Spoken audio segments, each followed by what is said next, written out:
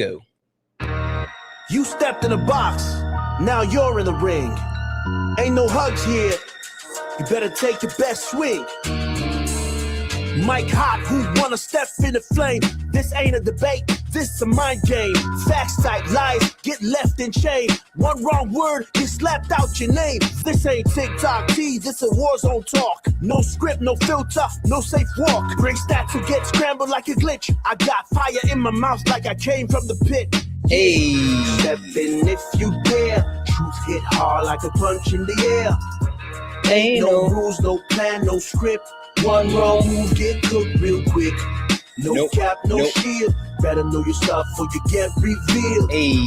Step in, don't you wanna? Yeah. Sparring with Santana. I don't care what you claim or your background. Facts only, if not, get clapped down. Whether you're left or right or you don't even vote. If your logic is weak, I'll sink your boat. Hey. You talk slick, but you ain't got source. Nope. Just vibes, that ain't power, that's force. I'm the test, the trap, the trip, the call. Hey. You slip once, I'm snatching it all. Boom. Step in if you dare. You dare. Hit hard like a punch in the air. Punch in the air. Ain't no rules, no plan, no script. Yeah. One wrong move, get cooked real quick. No cap, no shield. Better know your stuff or you get revealed. Step in, don't you wanna? Sparring with Santana. Step in if you dare. You dare. Hit hard like a punch in the air. Ain't no rules, no plan, no script. One wrong move, get cooked real quick. No cap, no shield. Better know your stuff or you get revealed. Step in, don't you wanna? Sparring with Santana. Yeah, this ain't a safe place. It is not. This is flame space. It absolutely is. You wanna sparring with Santana.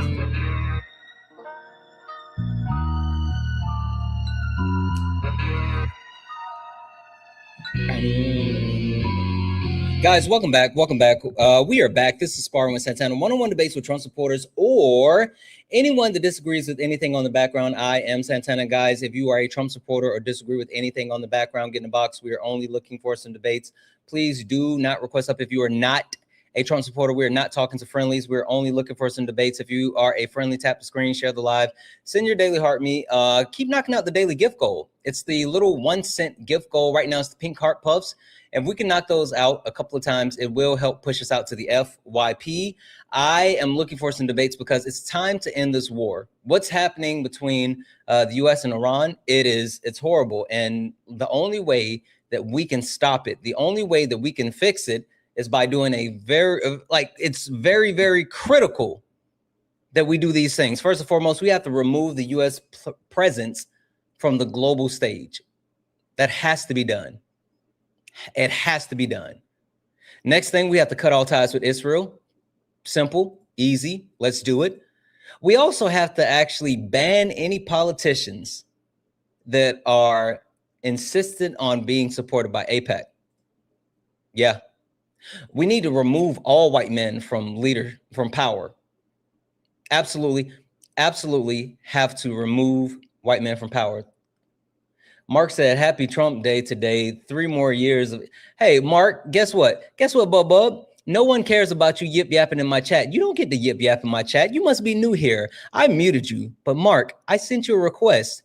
Have the testicular fortitude to get in the box. You must be new here, Mark. No one cares about you actually thumb thugging in my comments. No one cares about you being a keyboard warrior in my comments. Either you're gonna get up here and you're gonna say it with your chest, or you're gonna hate from outside of the club. I don't care which one, but you will do one. And that's what I expected. I expected Mark to be a coward and not to request up, and to be sad that I took his ability away from being able to just be a troll in the comments. He's mad and upset that I demanded him to get up here and stand on business. He won't do it. He won't do it. Of course he won't. Oh, Mark, why wouldn't you accept their request? Why wouldn't you accept their request, Mark? Yeah. Anyway, we absolutely need to remove white men from power. Like, I think that's super important. I think that's super important, and I think that's something that we can easily get on agreed. We can agree on. We can absolutely agree on that. Last but not least, we have to cut the military budget. That's important. That's important. So if you disagree with any of those things on the background, or if you are a Trump supporter, get in the box. Get in the box. We're only looking for some debates. Again, if you are a friendly, tap the screen, share the live. I'm going to keep resetting the daily gift goal to these little 1-cent gift goals. It'll help boost the live and push us out to the FYP. If you're over on YouTube, Twitch, Instagram, and you would like to join the conversation, you don't have to leave where you are. The only thing you have to do is click that link. There's a link on the pinned message, and all you have to do is actually click that link, and it will get you up here on the panel for some debates. So if you're over on Twitch, YouTube, Instagram, you do not have to leave the app that you're on. All you got to do is hit that link.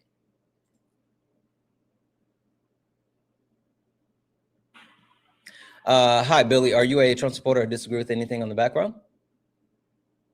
Oh, it's all right. I didn't mean to join, okay? Okay, no worries. I'll drop you down. I appreciate you. Love your show, though. Thank you. Thank you. I appreciate it. Guys, only request up if you are a Trump supporter or disagree with anything on the background. We are only looking for some debates with the military. With military, you saying cut their pay? I said cut their budget. He said, stop saying white men. My dog keeps growling.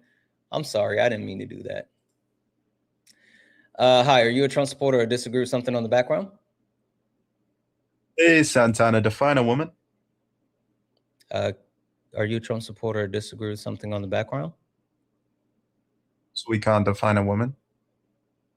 I'm so confused as far as why you wouldn't answer the preliminary question to see if you actually get to stay in this conversation. So I'm going to try one more time. Are you a Trump supporter or disagree with anything on the background?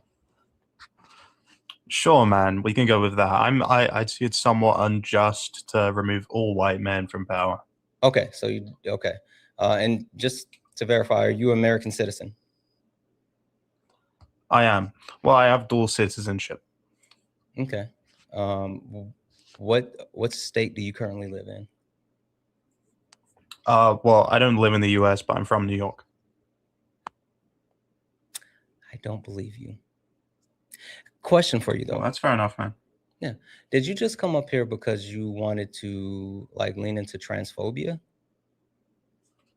I mean, I'd love if you can define transphobia, but I doubt you could. But no, sure, but that's fine. Like, why would your first question be like define what a woman is? Do you see anything on the background about like what is a woman? Oh, because it's like your besties with Dean, right? Okay, but what does that have to do with my background? Well, affiliation would mean that you somewhat agree with all of his statements, no? No. But also, what does that have to do with my background? Hey, question nothing for you. Really, but I address one. Let's say, what country do you currently live in? The United Kingdom. The UK. Okay, got it. Do you have a favorite pub? Favorite pub? Yeah, or at least somewhere that you frequent. I guess like frequent, like go to a lot. Yeah. If you wanted to get a drink, do you have a spot you're like, yeah, you know what, they have? Sure. Okay. Sure, man. Yeah. What's your favorite drink to get when you go there? I like a porn star martini. Okay. Cool. So let's say you walked into your favorite pub thinking that you were going to get your porn star martini, or not even your porn star martini, but you're going into your favorite pub and you know that your favorite pub sells drinks. And instead of saying like, hey, I want a porn star martini, you say, hey, can I get some beans on toast? Right? And it's like, it's like what, 1900, like 2000. So it's in the evening, like they're clearly there for alcohol.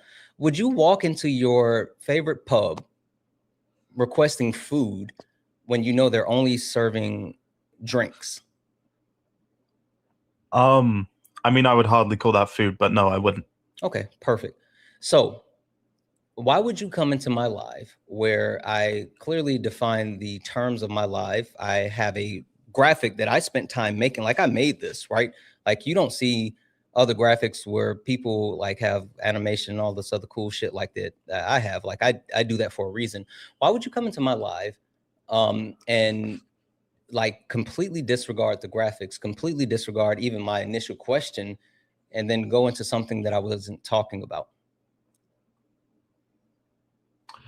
Well, I mean, I just thought you would agree with Dean's stance, but you know, we can discuss the white men in power if you'd like.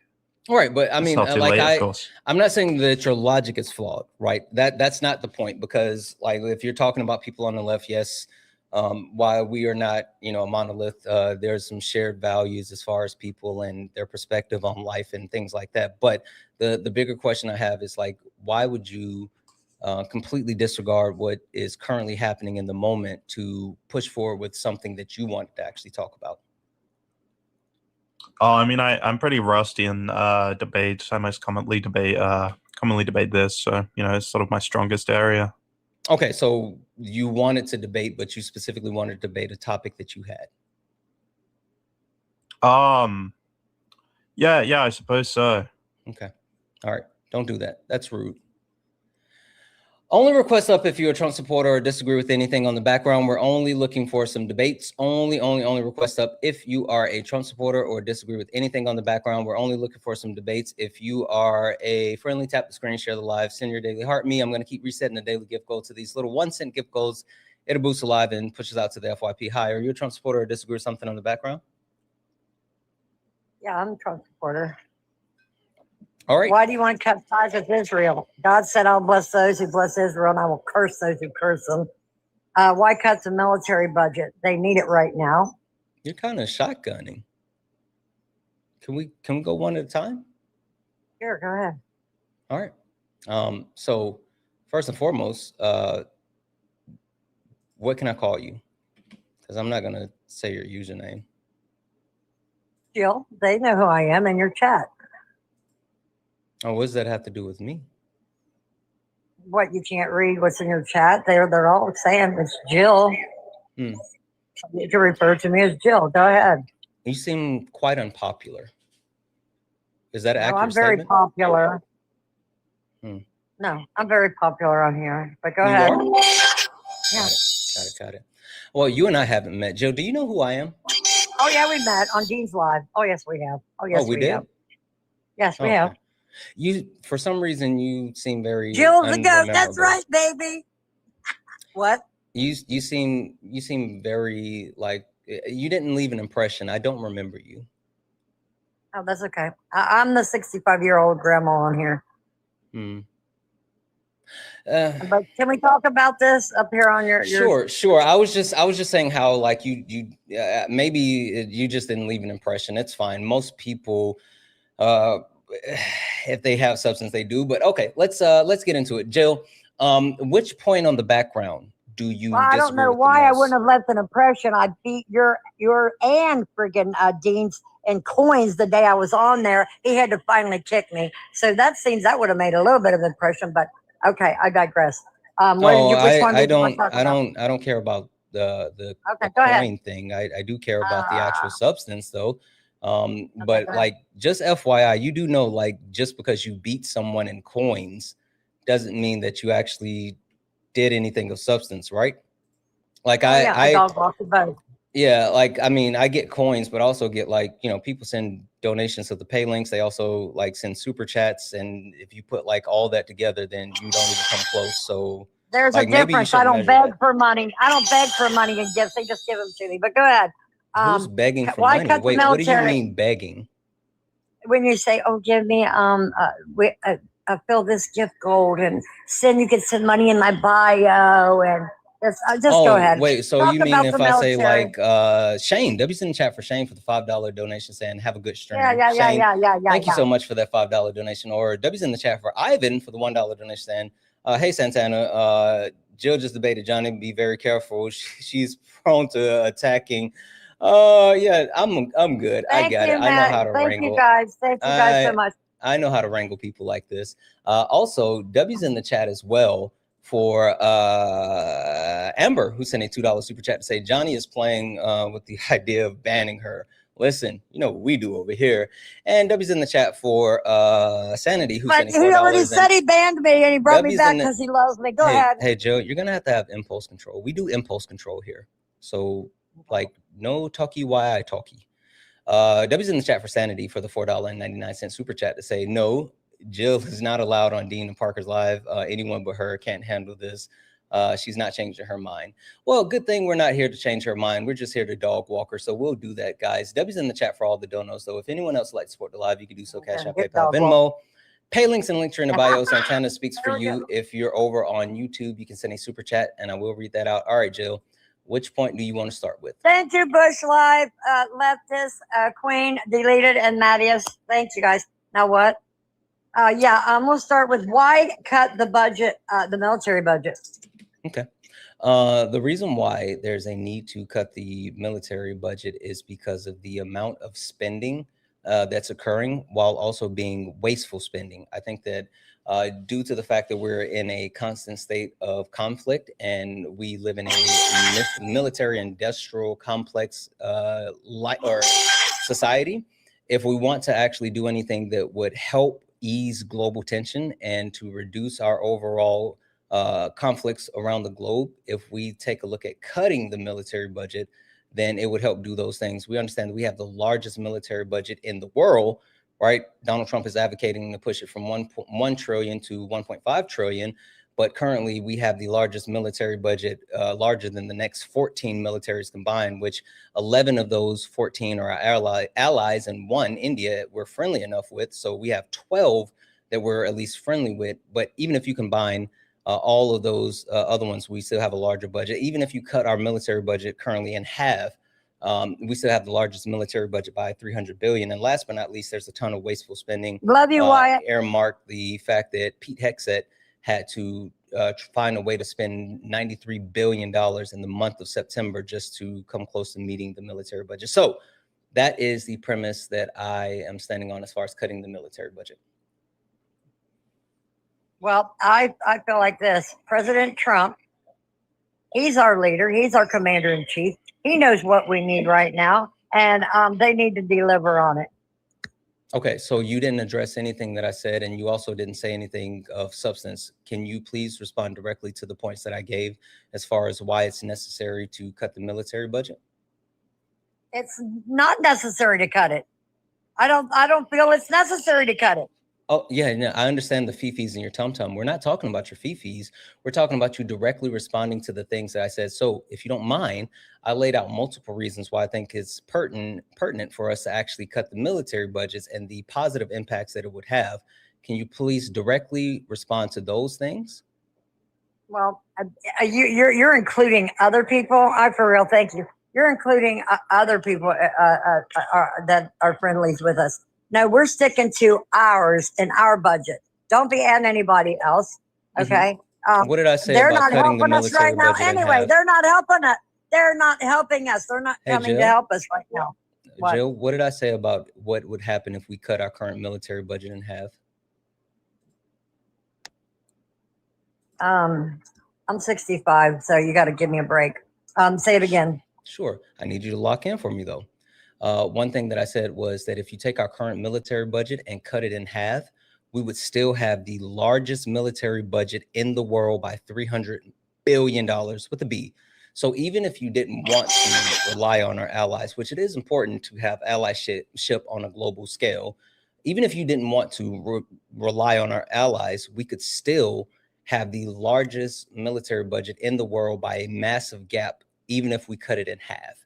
And even more so, if you optimize that money that we're spending, i.e. don't spend $93 billion in 1 month on things like iPads, steak and lobster, or ice cream machines, because you have to spend the money, then we could properly allocate those funds to things like research and development, military pay, and veteran benefits, and still be, again, the strongest, most powerful, and well-funded military in the world.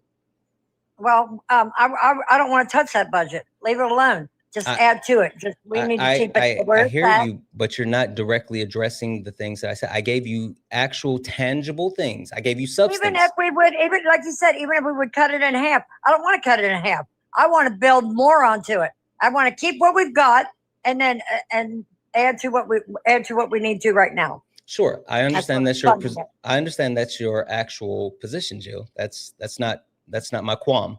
Like, I have no issue with your understanding your position. What I would like you to do, because I laid out the premise of my position and the actual means that we could go about it, I can even tell you the benefits of going about the cutting of the military budget, but can you directly attack the issue with my points that I made when it came to cutting the military budget? Yeah.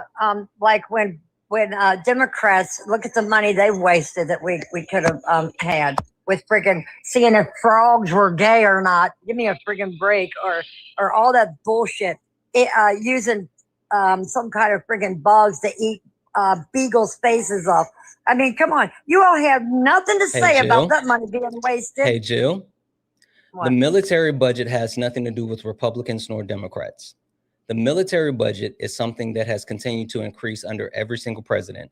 This is not a partisan issue. This is an issue with the military industrial complex that we live in the United States ever since the Second World War. So I'm not putting blame at the feet of any Republicans. I'm not putting blame at the feet of any Democrats. I'm putting the blame at our entire political system and society. So pointing the fingers at saying, oh, it's the Democrats, it won't work here. I need you to directly address my point. Okay. I'm not going to allow you to pivot because I don't want to talk about other budget fundings. We can go on to that after we address the point with the military spending. So one more time, Jill. Okay, why is stop asking for it if we don't need it? One second, Jill. One more time. I gave you substantive reasons about why it's necessary to cut the military budget. Can you attack the points that I made about cutting the military budget? I don't think we should ever cut the military budget, ever. I don't care what else we could use it for. Yeah, I know. See, you keep saying that, but that's not actually directly addressing the points. That's just saying that you have big fifis. And you having big fifis is not something that I really care about. I'm not someone that really cares about like a bunch of feelings. I'm very much facts over feelings. So Jill, can you please address the substance? If Trump needs it, I say give it. If he don't want to touch the budget and he wants to, if he needs more money for what's going on right now, I say give it. Jill, so hypothetically speaking, would you support Joe Biden increasing the military budget? Absolutely. Okay, perfect. So since we understand that you would support an increase to the military budget, regardless of who the president is, the actual fact that you keep saying Trump needs this, it's moot. We don't need to talk about the fact that Trump is saying he quote unquote needs this. What we do need to talk about is the points that I made as far as if we cut the military budget in half, we would still have the largest military budget by $300 billion. And at the same time, we could optimize the amount of spending. So we're not meeting budgets, i.e. spending $93 billion in 1 month in order to try to meet the budget. We could use more money for research and development so we can advance our equipment. We can pay our soldiers more. We can pay benefits to our veterans more. And we can properly ensure that our money is being used for the military. Now, can you please address those points? Okay, but if you take that, okay, and you cut it in half, and then you put it toward these other programs, what are you going to do when you need it again? So, if there's ever back up. Okay. So if there's ever a need to in the future to appropriate more funds, then that's what Congress is for. We have the ability to appropriate more funds. Oh, yeah, so the Democrats can block it. Yeah, like right now, gotcha. Okay. Yeah. So they'd have to fight Democrats. Yeah. So can I finish my sentence, Jill? Again, sure. I'm not interrupting you. So we're going to have a little bit of decorum. And yes, everyone, I know gifts are out off for 10 minutes. TikTok acts funny sometimes. No worries. So the point that I'm getting to, Jill, is if there is a need to reallocate military funds, then we can do so. But at this time, we shouldn't live in a constant war state that allocates more money when we're not at war at all time, and even more so when United States citizens don't have the basic necessities. With cutting these funds, not only can we finely tune our military and ensure that the money is being spent appropriately, but we can allocate that money to benefiting the lives of everyday Americans, including offering universal health care for all Americans, including offering a free public option for higher education, doing those things that would ensure that the life and quality of Americans, which is important, is better instead of buying more bullets and bombs. And you know what? When they allocate money for different programs, I wonder why they say, "Oh, this money came up missing. Oh, there's fraud. Oh, what is what's his name over there in Ukraine saying? Well, I know Joe Biden said he sent so many billions, but we didn't get all those billions. So you're sitting there wanting to take that money and put it here, there, and everywhere, not really knowing exactly where that money's going." Stripping the military down to half, where we know where it's at right now, and that's where it needs to be for in case we ever need to dip into it. Go ahead and take it and allocate it to this, there, and everywhere, and you don't even know that it's for sure going there because of all the fraud that's going on in this country. Thank God that Trump got in office to get it all exposed. Jill, I don't want you on a soapbox. That you're literally obfuscating the conversation. There's no need for that. Jill, simple question: do you pay taxes? Not anymore. I mean, like food and stuff like that, certain foods, stuff like that. But yeah. Have you paid income taxes previously? I've paid them in the past. I'm 65. I'm retired. Can you tell me what percentage of your income taxes went to the money that we send the United States Army? I don't know that I ever. Do you know? Can you tell me what percentage of your income taxes went to upkeep of state and federal parks? No. Can you tell me what percentage of your income taxes went to paying for social services, and including the police force or firefighters? No, I don't remember all the taxes. I know it was Medicare, Medicaid, Social Security. Okay, perfect. So the point that I'm making with that, Jill, is that you are sitting here and saying that you don't want this money going here because there's fraud here, there, and everywhere. But the premise of you even knowing where any of your actual tax dollars go to is false. You don't have an understanding as far as the money that's being paid out already. You just don't want to allocate those funds to something that you deem not to be important. Now, while I do agree with you, Jill, there is fraud throughout the entire federal government and hell, even state and local level government. If you want to talk about the biggest fraud that is occurring, then you have to look at the United States military, the DoD budget, who the Pentagon hasn't passed an audit in some exorbitant number of years. And that's because the allocation of funds, they allocate funds to things like federal contracts, and they also allocate funds to additional research that is never brought to fruition.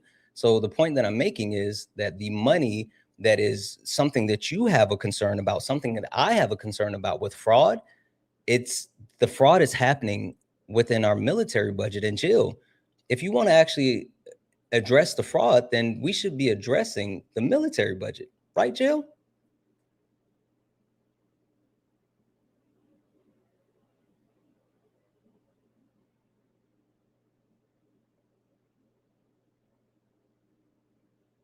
Silence is golden. W's in the chat for Anthony for the $20 donation. Anthony sent a $20 donation saying for Ethiopian food in DC. I'm not in DC anymore, but I do love Ethiopian food. Holy smokes. You guys know I love Ethiopian food.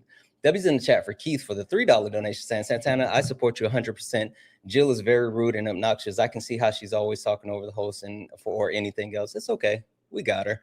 W's in the chat for Ivan for the $1 donation saying, Santana, how much to kick Jill? I lost half of my brain cells listening. I don't know if we're there yet. W's in the chat for D-Spec for the $2 donation saying, speak to her like a 5-year-old. She's not getting it. W's in the chat for JP who sent a $5 donation saying, she gives old woman yelling at the cloud vibe. She's 65 and arguing with people online instead of enjoying her peace. Couldn't be me. Holy smokes. W's in the chat for Betty for the $2 Canadian to say, one was on another live. She hates POC a lot. They all do. And W's in the chat for Amber for becoming a late night tuber. You guys are awesome. Listen, if anyone else likes to support the live, you can do so. Cash App, PayPal, Venmo. Pay links in the link tree in the bio. Santana speaks for you. If you're over on YouTube, you can send a super chat. I will read that out. Keep tapping the screen. Share the live. Jill, are you okay? Yeah. Yeah, I had a phone call. Sorry. Would you like to respond? Now, where were we? Sorry. I had something going on here with my manager, but go ahead. Can we move to cut ties I thought you said you don't work. I don't work. She's a manager of my townhomes. Why the fuck you lying? Why you always lying? Oh my God. Stop Do you want to see I'm home? Okay, Do you want to see I'm home? Okay, Jill. I'm in bed, dude. Sure. Why do you say I'm lying? Okay, Jill. I believe you. It's okay. Jill, no, we can't move on. No, you don't believe me because you said you played I'm lying. Okay. Yeah. Well, Jill, we don't move on without a They got to concession. fix my garbage disposal. If that's okay with you, for goodness sakes. Do you want to go to Cut Ties with Israel? No, We I better do not. That's a warning. Jill, no, I do not. I do not want to move on until you either concede the point or we come to a conclusion. And there has to be a concession on either my side or your side. And you haven't rebutted anything that I've said. I'm not agreeing. I'm not agreeing. That's no matter fine. what you say, I'm not going to agree with cutting the budget. And I'm for whatever fine. Trump wants to do. You don't have to agree. You just have to actually defeat my point. I'm not saying that you must agree with me. I'm just saying I would like you to directly address my point. Now, okay, Jill, I can see.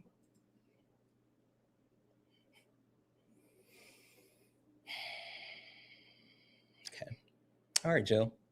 Why are you against cutting ties with Israel? Because what God Almighty said. And that's probably what's going on with America, because Biden was trying to cut ties. Anyway, okay. God said, I will bless those who bless you, O Israel, and I will curse those who curse you. Don't you ever lay a finger on any of God's people, chosen people, or that holy land, because I'm going to tell you something. You're fighting Almighty God, and you're never going to win. Interesting. A question for you. How many times is Israel mentioned in the Bible? I've never counted. Would you like to? Have you? Hold on. Guys, while we get here, tap the screen, share the live, send in your daily heart meet. It's only one coin. It'll boost the live. 1.7 thousand of us hanging out here, guys. If you look up at the top and you see the word follow, you're not following me. Hit that follow button. We're on our way to 100,000 followers, so make sure you hit that follow button. And we're trying to get there. And yes, I'll check donos in just a second. Give me a second, guys.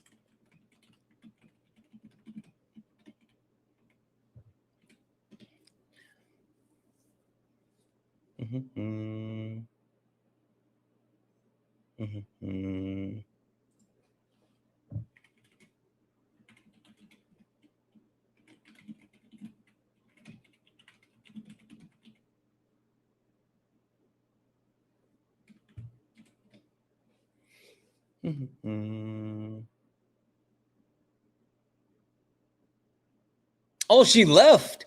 I didn't even notice she left.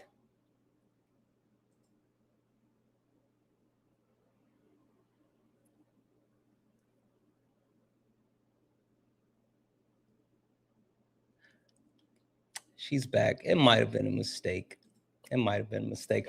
We'll give Jill a benefit of the doubt. Maybe it was a mistake. I think it was a mistake. Welcome back, Jill. It was. Yeah, it was. Okay. 43 times it says, yeah. 43 Well, it times? says, let's see. Well, it says the word Israel, often referred to as Bani Israel, or children of Israel, appears around 43 times. Oh, wait a minute. The term Israel, 2,161 times, though. Yeah. So what I'm referring to, and maybe I need to be a little bit more clear, and I apologize, Jill, that's on me. How many times in the Bible was the country of Israel mentioned, or the nation of Israel mentioned? Okay.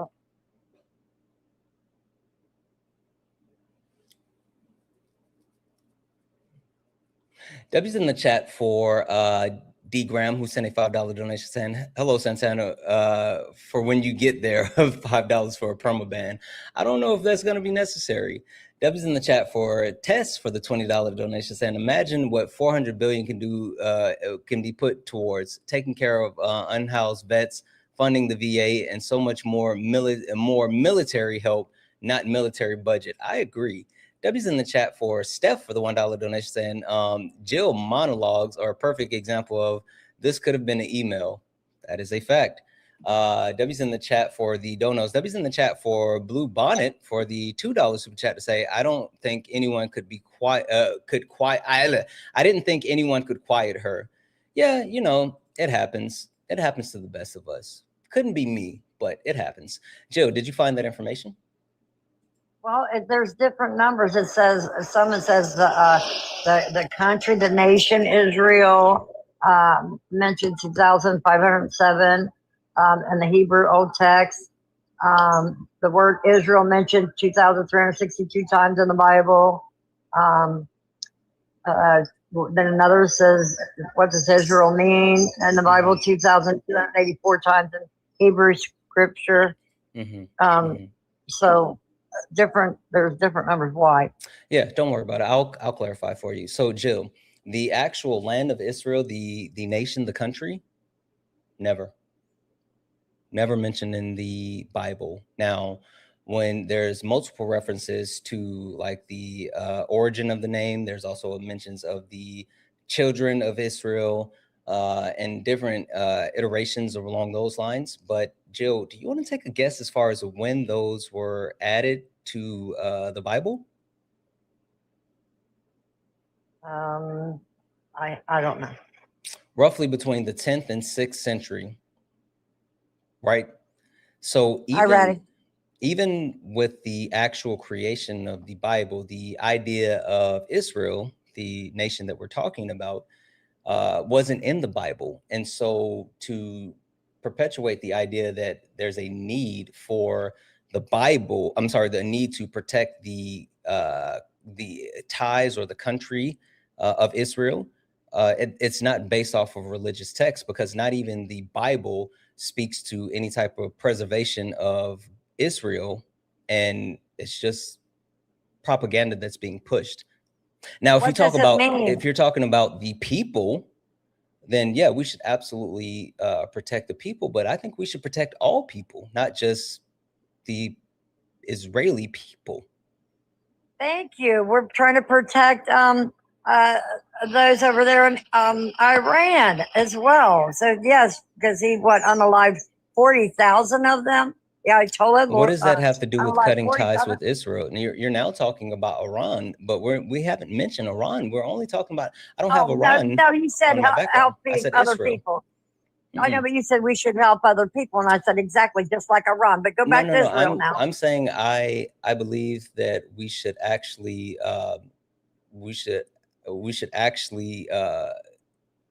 protect all people. But that's the point. But regardless, the point that I'm getting to is that even when you talk about what's occurring, and as far as the nation, the governmental system, there's no religious backing saying that we should protect or have ties with the actual governmental system of Israel.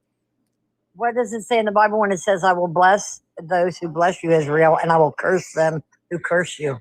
Yeah, again, it's speaking towards the actual people, and even more so, it was something that was added to the Bible later. How do you know that? Are you a theologian?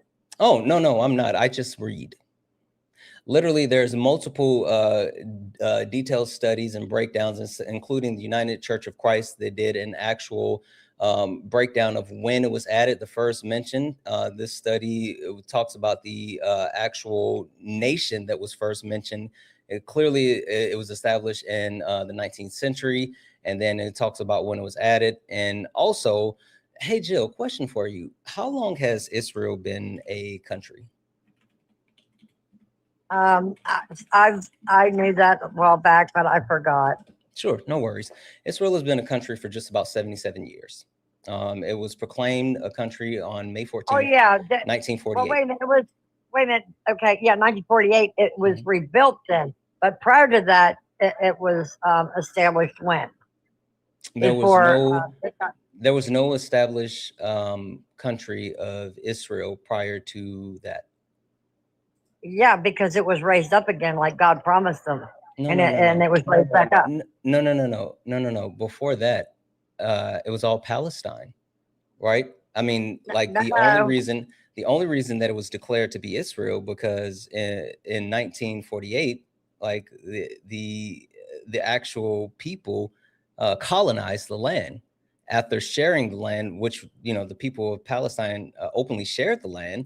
And the people who currently occupy the land took over, right? But again, there was no established Israel government or state prior to 1948.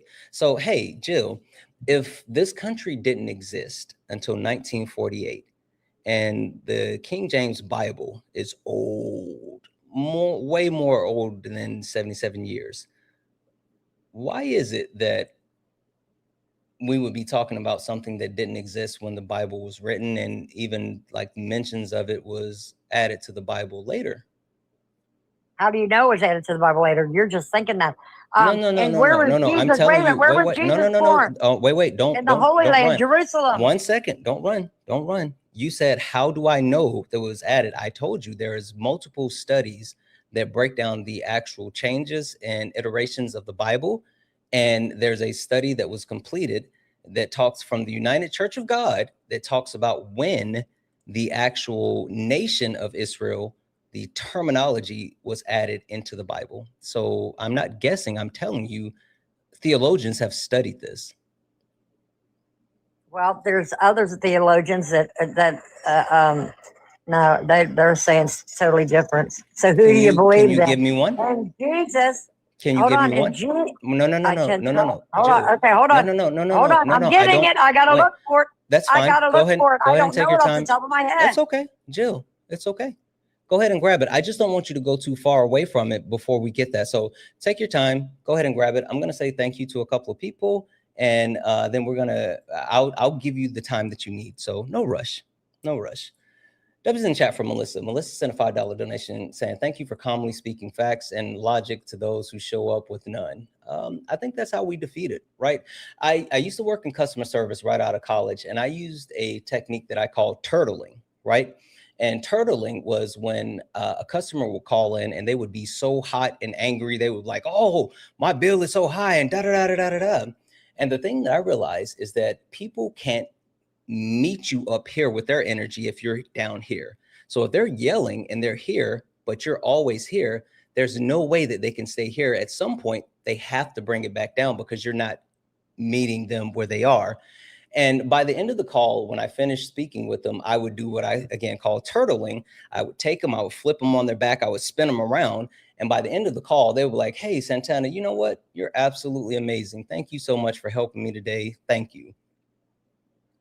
Chat, we're in the middle of turtling Jill. Anyway, W's in the chat for that. W's in the chat for Feisty for the $10 super chat to say Grand Magath. W's in the chat for Feisty for that $10 super chat. Guys, if anyone else would like to support the live, you can do so. Cash App, PayPal, Venmo. Pay links in the link tree in the bio. Santana speaks for you. If you're over on YouTube, you can send a super chat. I will read that out. Keep tapping the screen, share the live, send your daily heart me. Also, I know there are a couple of my friends that are here. Don't worry, I see you guys. We will, we'll get this going in a minute. I want to I want to see what we can do with this though. Jill, did you find that study? Yeah, the restoration of Israel in Ezekiel 13, 16 through 38. They restored wait, hold on. Slow down for Israel. me. Wait, slow down for me. Where is the study? You said there's theologians that disagree, and I'm saying where, like, what's the name of the source? I want to be able to pull it up and see it. Well, this is a Bible study. Okay, what's the name of the source? On the restoration. Hold on, let me go back. Okay. Let's see. Oh shoot, where'd it go? Damn it. Hold on. Mhm. The restoration of Israel. Debbie's in the chat for Marie for the $5 donation and say, just got here and it's Jill. Are you mad at us? No, I'm not. Actually, Marie, I hang out. I promise you, you're gonna enjoy this one. How are we doing today? You could go to Bible Hub. Okay. What's the name of the study? Topical Bible, Prophecy of the Restoration. It's called the Prophecy of the Restoration? Yes, of Israel. That's when they restored it in 1948. So if it never was, what did they need to restore? Okay, give me a second here, Jill. Prophecy of the Restoration of Israel. And this is, you said this is where? Bible Hub? Yeah. Okay. Topical. All right, Jill. Give me 1 second here. I'm going to do something really quickly, okay? And I want you to let me know when you can see this. Okay. Mm-hmm.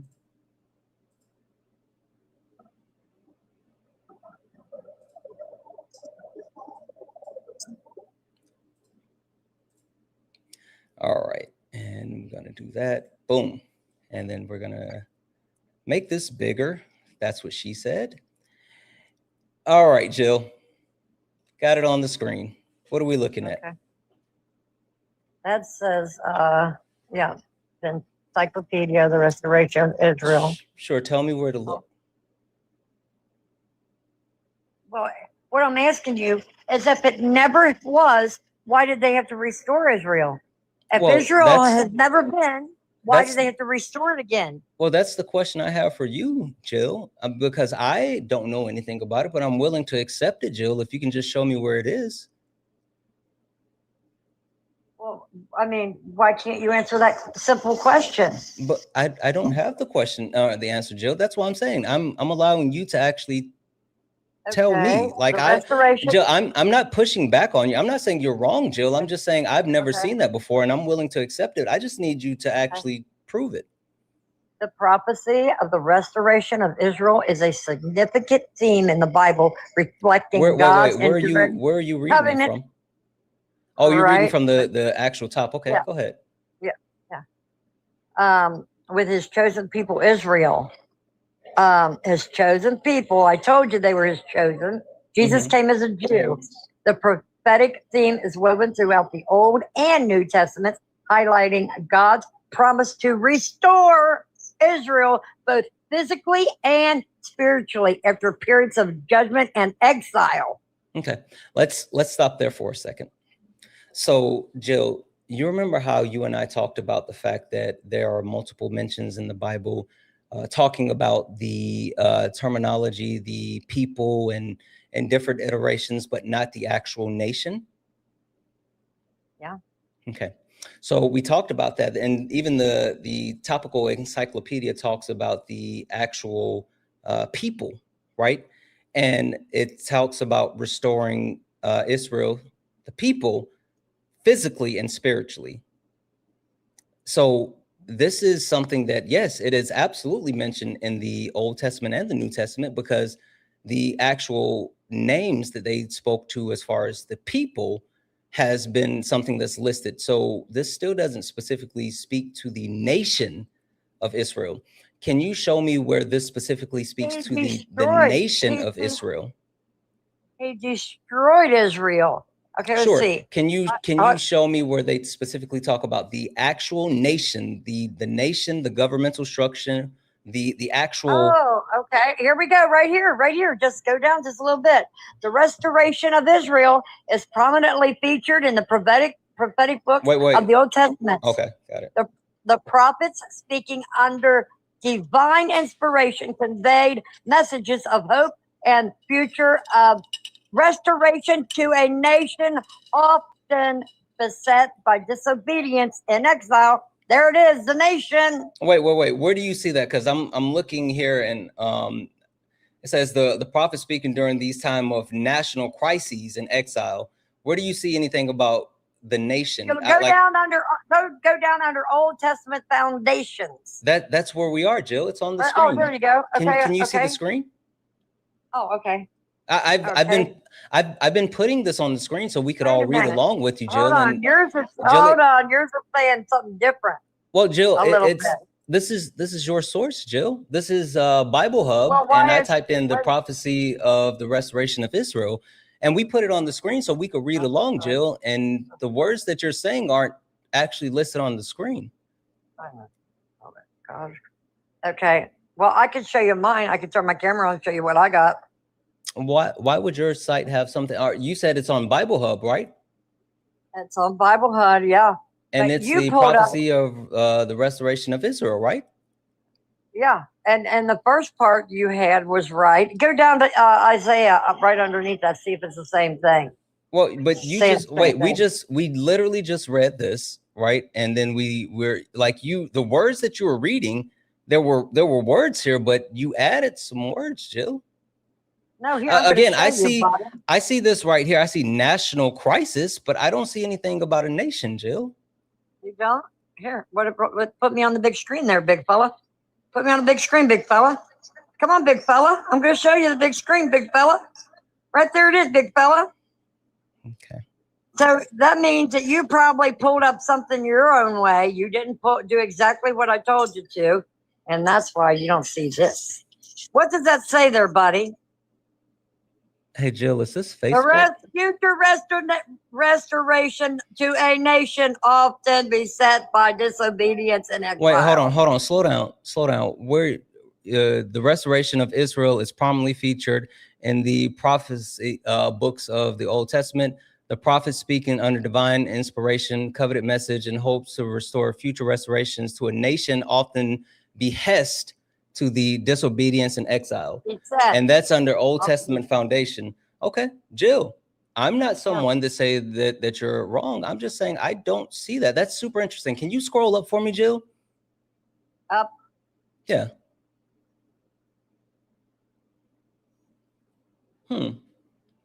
That's super interesting.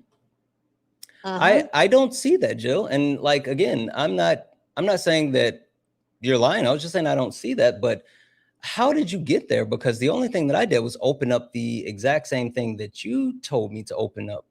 Prophecy of restoration. I went to Bible. I just went to Bible Hub. Well, I just spoke it in there. Let's see. Israel before and after destroyed. Yeah. Okay. Do me a favor really quick, Jill. Scroll back down. Wait. Scroll back down for a second, Jill. Go back to where you just were. Oh, crap. Hold on. Scroll back down. To the Old Testament. Wait a minute. Where did I go? Did I go past it? Oh, no. Okay. Crap. Where'd it go?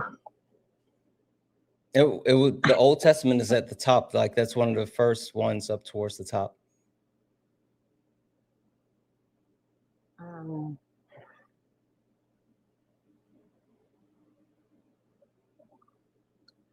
No. Okay, wait, hold on. Go a little bit slower. Go down just a little bit more. Why is it now gone, Jill? That's freaking weird, ain't it? Okay, Jill, I'm gonna take you off the big screen because that's making people a little bit dizzy. Can you try to find it again? Because there was something that I wanted to point out, but I'm not seeing it. But okay, hold on. Yeah. I'll try to find it. Hold on. Sure. While you do that, Debbie's in the chat for Powerful, who sent a $5 donation saying, appreciate your calm knowledge, King. I appreciate you way more. Debbie's in the chat for Powerful. Let's see here. Debbie's in chat for all the donos. Guys, again, if anyone else would like to support the live, you can do so. Cash App, PayPal, Venmo. Pay links and link tree in the bio. Santana speaks for you. If you're over on YouTube, you can send a super chat and I will read that out. Also, keep tapping the screen. 2,000 people hanging out here. If you are, look up at the top and you see the word follow, that means you're not following me. You're not following me. Hit that follow button. We are on our way to 100,000 followers. So please, please, please hit that follow button. We're going to throw something on the grill when we hit 100,000 followers. All right. You said you found it? Yeah, I hit an arrow and went to the second page or something. I accidentally hit the arrow and it went over to another page. Mm-hmm. What page did you go to? Well, there's arrows. Yeah, okay. Prophecy. Yeah. Okay. Now, right under there. Oh, there it is. Yeah, that's it on my, but again, on my screen, I don't see anything about the nation. Okay, but I showed you on mine, right? Right. I want you to go back to it because there was something I wanted to actually talk about. Okay, I got it. Hold on.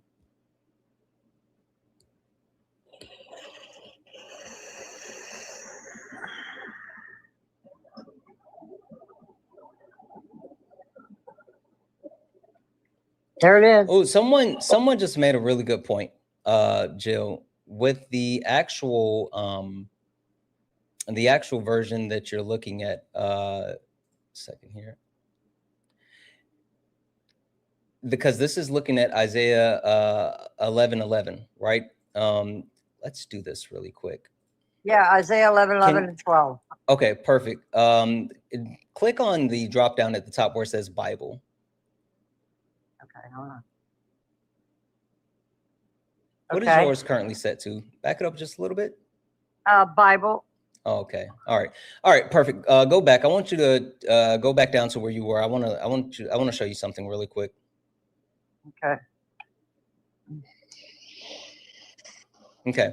The restoration of Israel is prominently featured in a prophet books of the Old Testament. The prophets speaking under the divine inspiration conveyed message of hope of a future restoration of a nation. Hey, Joe, what does that mean when it says the prophet conveyed a message of hope and future restoration of a nation? Oh, yeah, back then they were hoping because God destroyed it. So they were hoping for it to be restored. And God, remember, God spoke to the dry bones and brought them back together? Hold on, Joe. This was the prophet that was speaking into the future as far as like the actual nation. But are you saying that Israel was established prior to the hope or the prophecy? Yeah, it was already established, and then they hoped that God would restore. So that's what we were originally looking for, Jill. So now you pulled up something that speaks to a prophecy about the restoration, which again, kudos to you for finding some information about the quote unquote restoration. But the point that I made was the Bible, the King James Bible, doesn't speak on Israel being a nation until after the Bible had already been established.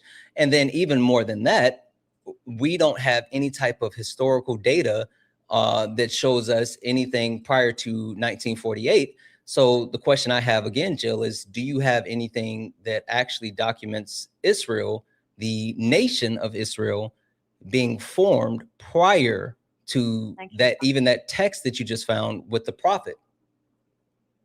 Okay. Have you ever read the Hebrew Bible? That's where a lot of people get, they get a lot of information.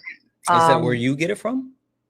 Well, I have to be honest, I haven't read it, but theologians that actually only read from the Hebrew Bible, they're saying that when that Israel was, and God destroyed them because they disobeyed him. Okay, but and they see, were his this is how we got here, though, Jill. Because originally I said, like, I showed you the actual information and study talking about when Israel was established, but you counteracted that in saying that you could show me studies of Israel being established prior to that. And while you did give me a source about the quote unquote restoration of Israel, you never gave me any theologians saying that Israel was established prior to 1948. And so now we're kind of back to where we were. Oh, okay, hold on 1 second. Okay, hold on. Mm-hmm.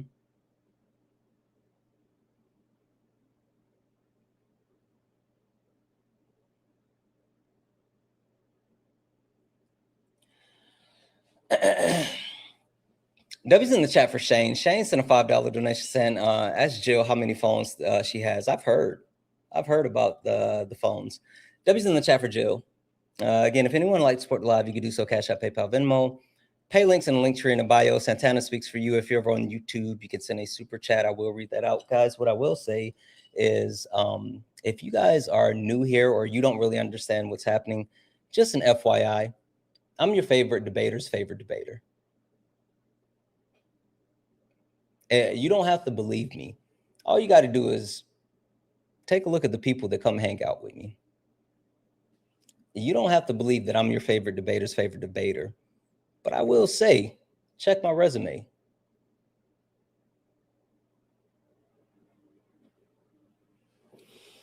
How you guys doing today? I feel good. I feel good. Anybody else feel good? I feel good.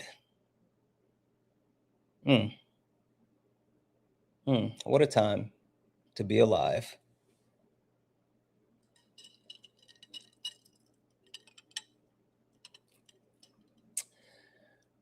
Well, I found something, but it's talking about people. The history of Israel is where it says Israel had 12 sons. Wait, Jill. Wait, so are you saying that the source that you were able to find is actually talking about the people, not the nation? Because, Jill, that would actually completely coincide with the point that I've been making this entire time, and something that I've been saying. We've been talking about the people, not the nation. Jill, did your source just prove me right? It could have. Hold on. Let's see. A brief history of Israel before 1948. The people of Israel, well, damn. Okay. Oh, we're descendants of a man named Jacob, who later became known as Israel. Israel had 12 sons: Reuben, Simon, Levi, Judah, Dan, Naphtali, Gad, Asher, Issachar, Zebulun, Joseph, and Benjamin. Let's see. His son's name, became the foundation of the 12 tribes of Israel. Oh, I'm confused. However, it's okay. It's okay. Levi, How about I help you navigate this a little bit more, Jill? Israel as a nation didn't exist before 1948. Prior to that, it was Palestine. The Palestinian people had a claim to the land, and they opened their land to the Jewish people, who then colonized their land, entrapped them in an open air prison, and has committed one of the largest genocides in the history of the world. And so, Jill, I have a saying around here. My chat has heard the saying many times before, but the saying is that Israel is a terrorist state, Bibi Netanyahu is a war criminal, and free Palestine until it's backwards. Jill, we need to cut all ties with Israel.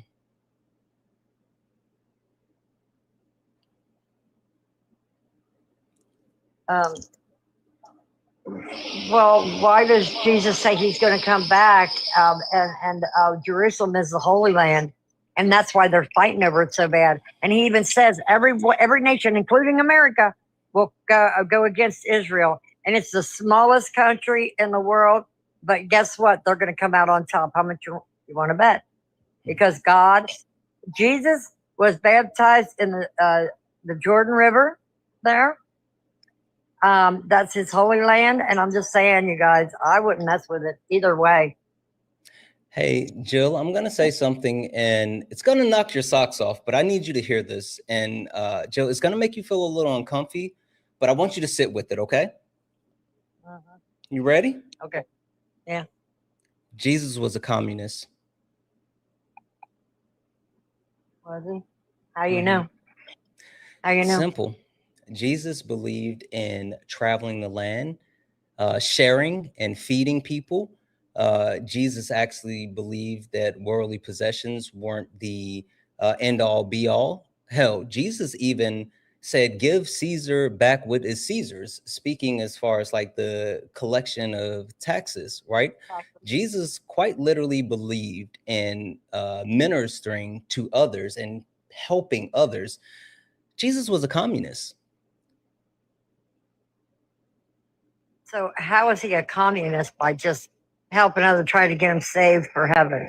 Yeah, because it's not about the title. Jill, my mom, Mama Jones used to always tell me, son, it's not what they call you, it's what you answer to. And while no one actually officially called Jesus a communist, the principles and practice of Jesus are all rooted in communal nature and the ideals of communism. So, Jill, Jesus was a communist. Well, I'm not gonna call him a communist. You can call him. I'm Oh, gonna you call don't- him my Lord and Savior. Hey, I'll call him my Lord Jill, and Savior. You can is call him a- that. I'll call him my Lord and Savior. Jill, is a rose by any other name less sweet?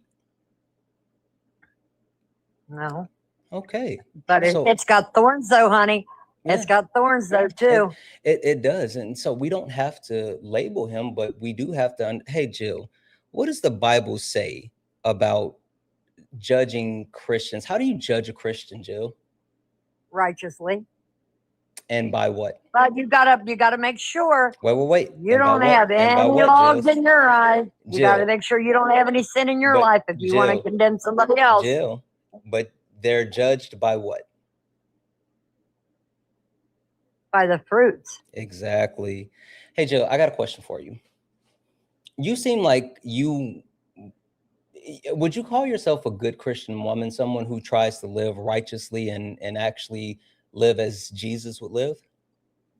I haven't. No, I'm guilty. But would you say that you try to? Not saying that you're perfect. We understand no one's perfect, but would you say that you try to uphold to that? I try, but I get Okay. Listen, so off track. Jill, we fall down, but we get up. Because the saint is just a sinner who fell down and got back up. So I'm not judging you. But Jill, if your actual fruit is what people are to judge you by, not necessarily people, but God, right? God judges you by your fruit. Jill, what does your fruit say if you are constantly on TikTok Live in front of hundreds of thousands of people, and not only in front of hundreds of thousands of people, but using the word of God and weaponizing it against people who stand in opposition of you, and whether it be speaking to someone as far as their overall ideology, the way they want to live their lives, the way that they want to rear their children, what would Jesus or God say about your fruits if you're using the religion as a sword against people instead of a shield to help and protect people? I wouldn't be happy. I don't think so either, Jill. And Jill, you seem like you want to be a good person, and I think you could be, Jill. But Jill, I think that you coming on TikTok Live, and especially you've made kind of a name for yourself. I think you kind of like weaponizing religion to harm people is a bad thing, and like that goes against who you are as a Christian. And you seem like you want to be a good Christian. But I don't mean it that way. If they're taking it that way, I don't mean it that way at all. I just try to bring people to Jesus and get saved if they don't know him or they're cussing and saying there ain't no God. I just try to tell them I have experienced so many things and I should have been gone so many times when I couldn't even speak and they said I'm going to go into cardiac arrest.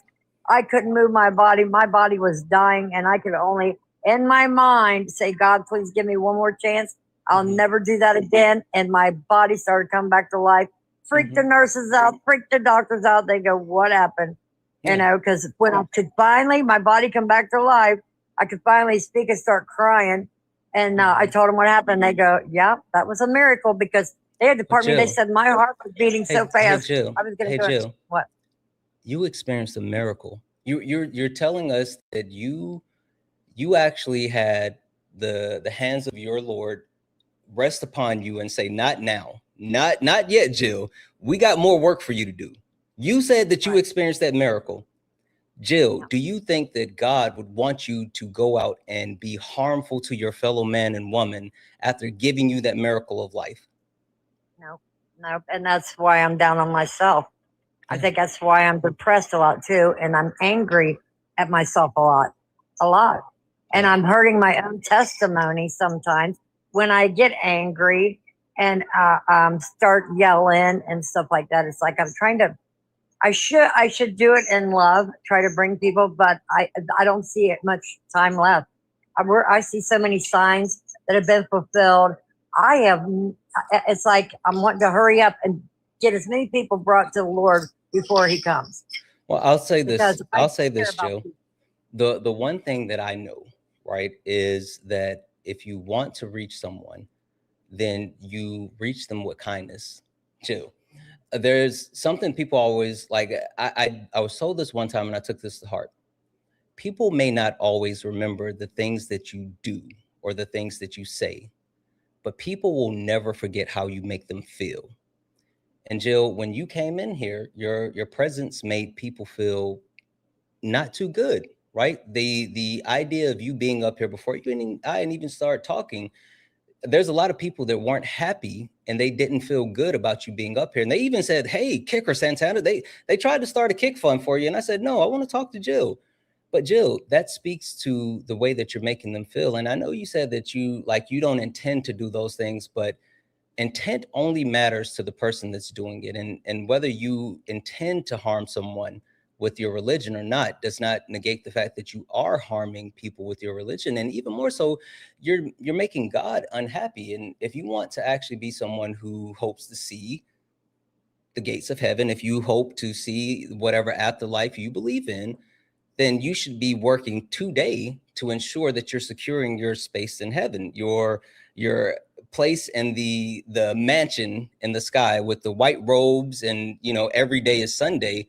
But Jill, you can't do that if you're going to be on TikTok spewing any type of negativity, hate, or hatred because people don't align with you. Yeah, I know. But they make me angry when they say in the chat, oh, you're Satan and you're this, and they'll put 666, and they do that to antagonize me. They do that to get me upset intentionally. Hey Jill, you remember what I told you Mama Jones taught me? Mama Jones said, Mama Jones said, it ain't about what they call you, it's about what you answer to, son. And people have called me some really bad names, Jill, and I don't answer to those names because, I know I'm better than that. Not better than them, but better than the name that they try to put on me. So, Jill, when people try to make you mad, that doesn't mean that you should react in anger or retaliate, especially if you claim to be a Christian and someone who wants to show the fruits of your labor. You got to remember, it's not me judging. It's not the people in the chat judging. It's literally, your Lord and Savior, God, judging you, because God is watching you every single day that you come on these TikTok lives and you say hateful things towards Johnny. You say hateful things towards Dean. You say hateful things towards Parker. You say hateful things towards the chat. You got to remember that it's not about those other people. It's about you and what you believe in, Jill. And you're not showing the people what religion you want to bring them to. Yeah. I know, and that's why I've been angry at myself because I allow them to get to me when I need to control that better. I need to just ignore it. If they don't want to believe and they don't, or whatever, I just need to leave it be instead of trying to force them, Or when they're cussing me out like a dog, I should just let it go, but I don't for some reason, and then I regret it. And I'm like, God, forgive me. And, I just wish I wouldn't engage like that. I'll tell you a secret, Jill. So my wife and some of my closest friends like Kay, they get mad at me because I'm so quick to forgive people, right? Like I don't hang on to stuff. I let stuff go like super quick, and they don't necessarily, they're like, hey, maybe you should hold a grudge a little bit longer, or they don't necessarily get it. But the thing that I've learned is me hanging on to any type of like hurt, anger, or harm or negativity that people are putting out. It doesn't harm the people that actually put it out. It harms me. Like I have to carry that with me, and my day is ruined, and I don't get to smile as much as I would smile or laugh as much as I would laugh. And Jill, you taking in the negativity of other people and then putting it back out into the atmosphere, one, that's living in you and continuing to actually be with you on a day-to-day basis. But also two, that's just passing around more negativity. So like, instead of doing that, you can be the one that breaks the cycle and say no. And even more so, if you truly say you want to be like a Christian and you really believe in your faith, then your work needs to be one that actually brings people to what you believe in, not push people away.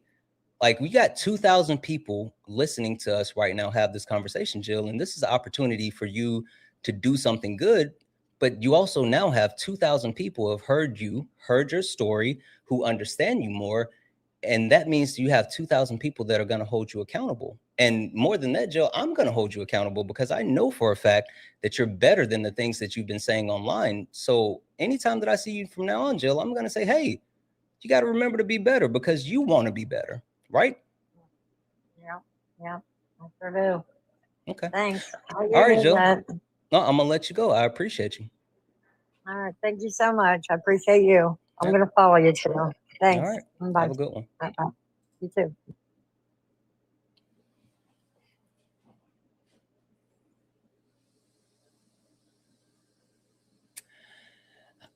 The one thing that I will say, I love debating. I love debating. I genuinely love debating.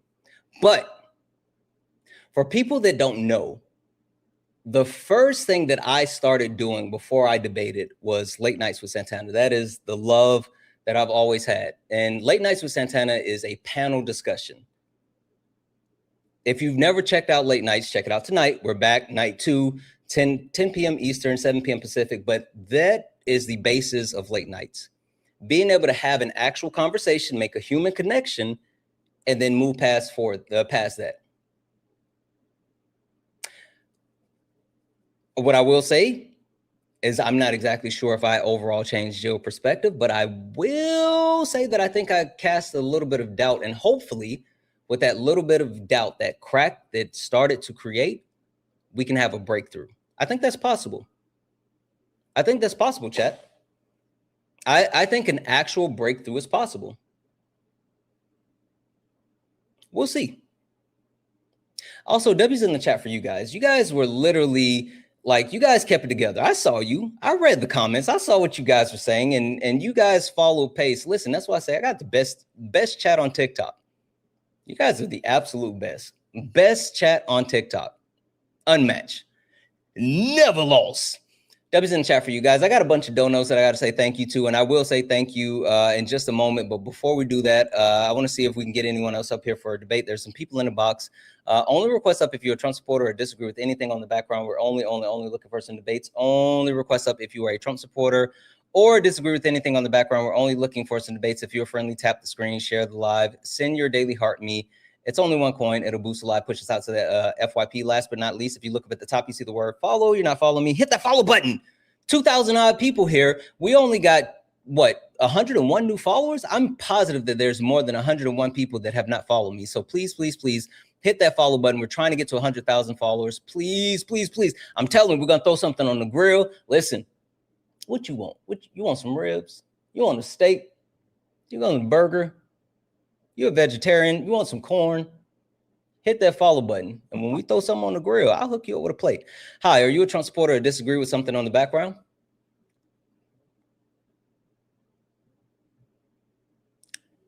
Look, you said tamales. I feel like you're choosing violence. Red Clay, are you a Trump supporter or disagree with something on the background? No. Okay. I'm not a Trump supporter. No worries. I'll drop you down. Hey, thank you for the crown. Someone said oxtail. Josh, hold on now. Not Josh in the chat sitting here being, ain't no way you gonna say oxtail. You think I'm gonna throw some oxtail on the grill? I ain't got oxtail money. Listen, I got burgers and chicken money. You talking about oxtail. Josh tripping. Ain't no way. I got burgers and chicken money.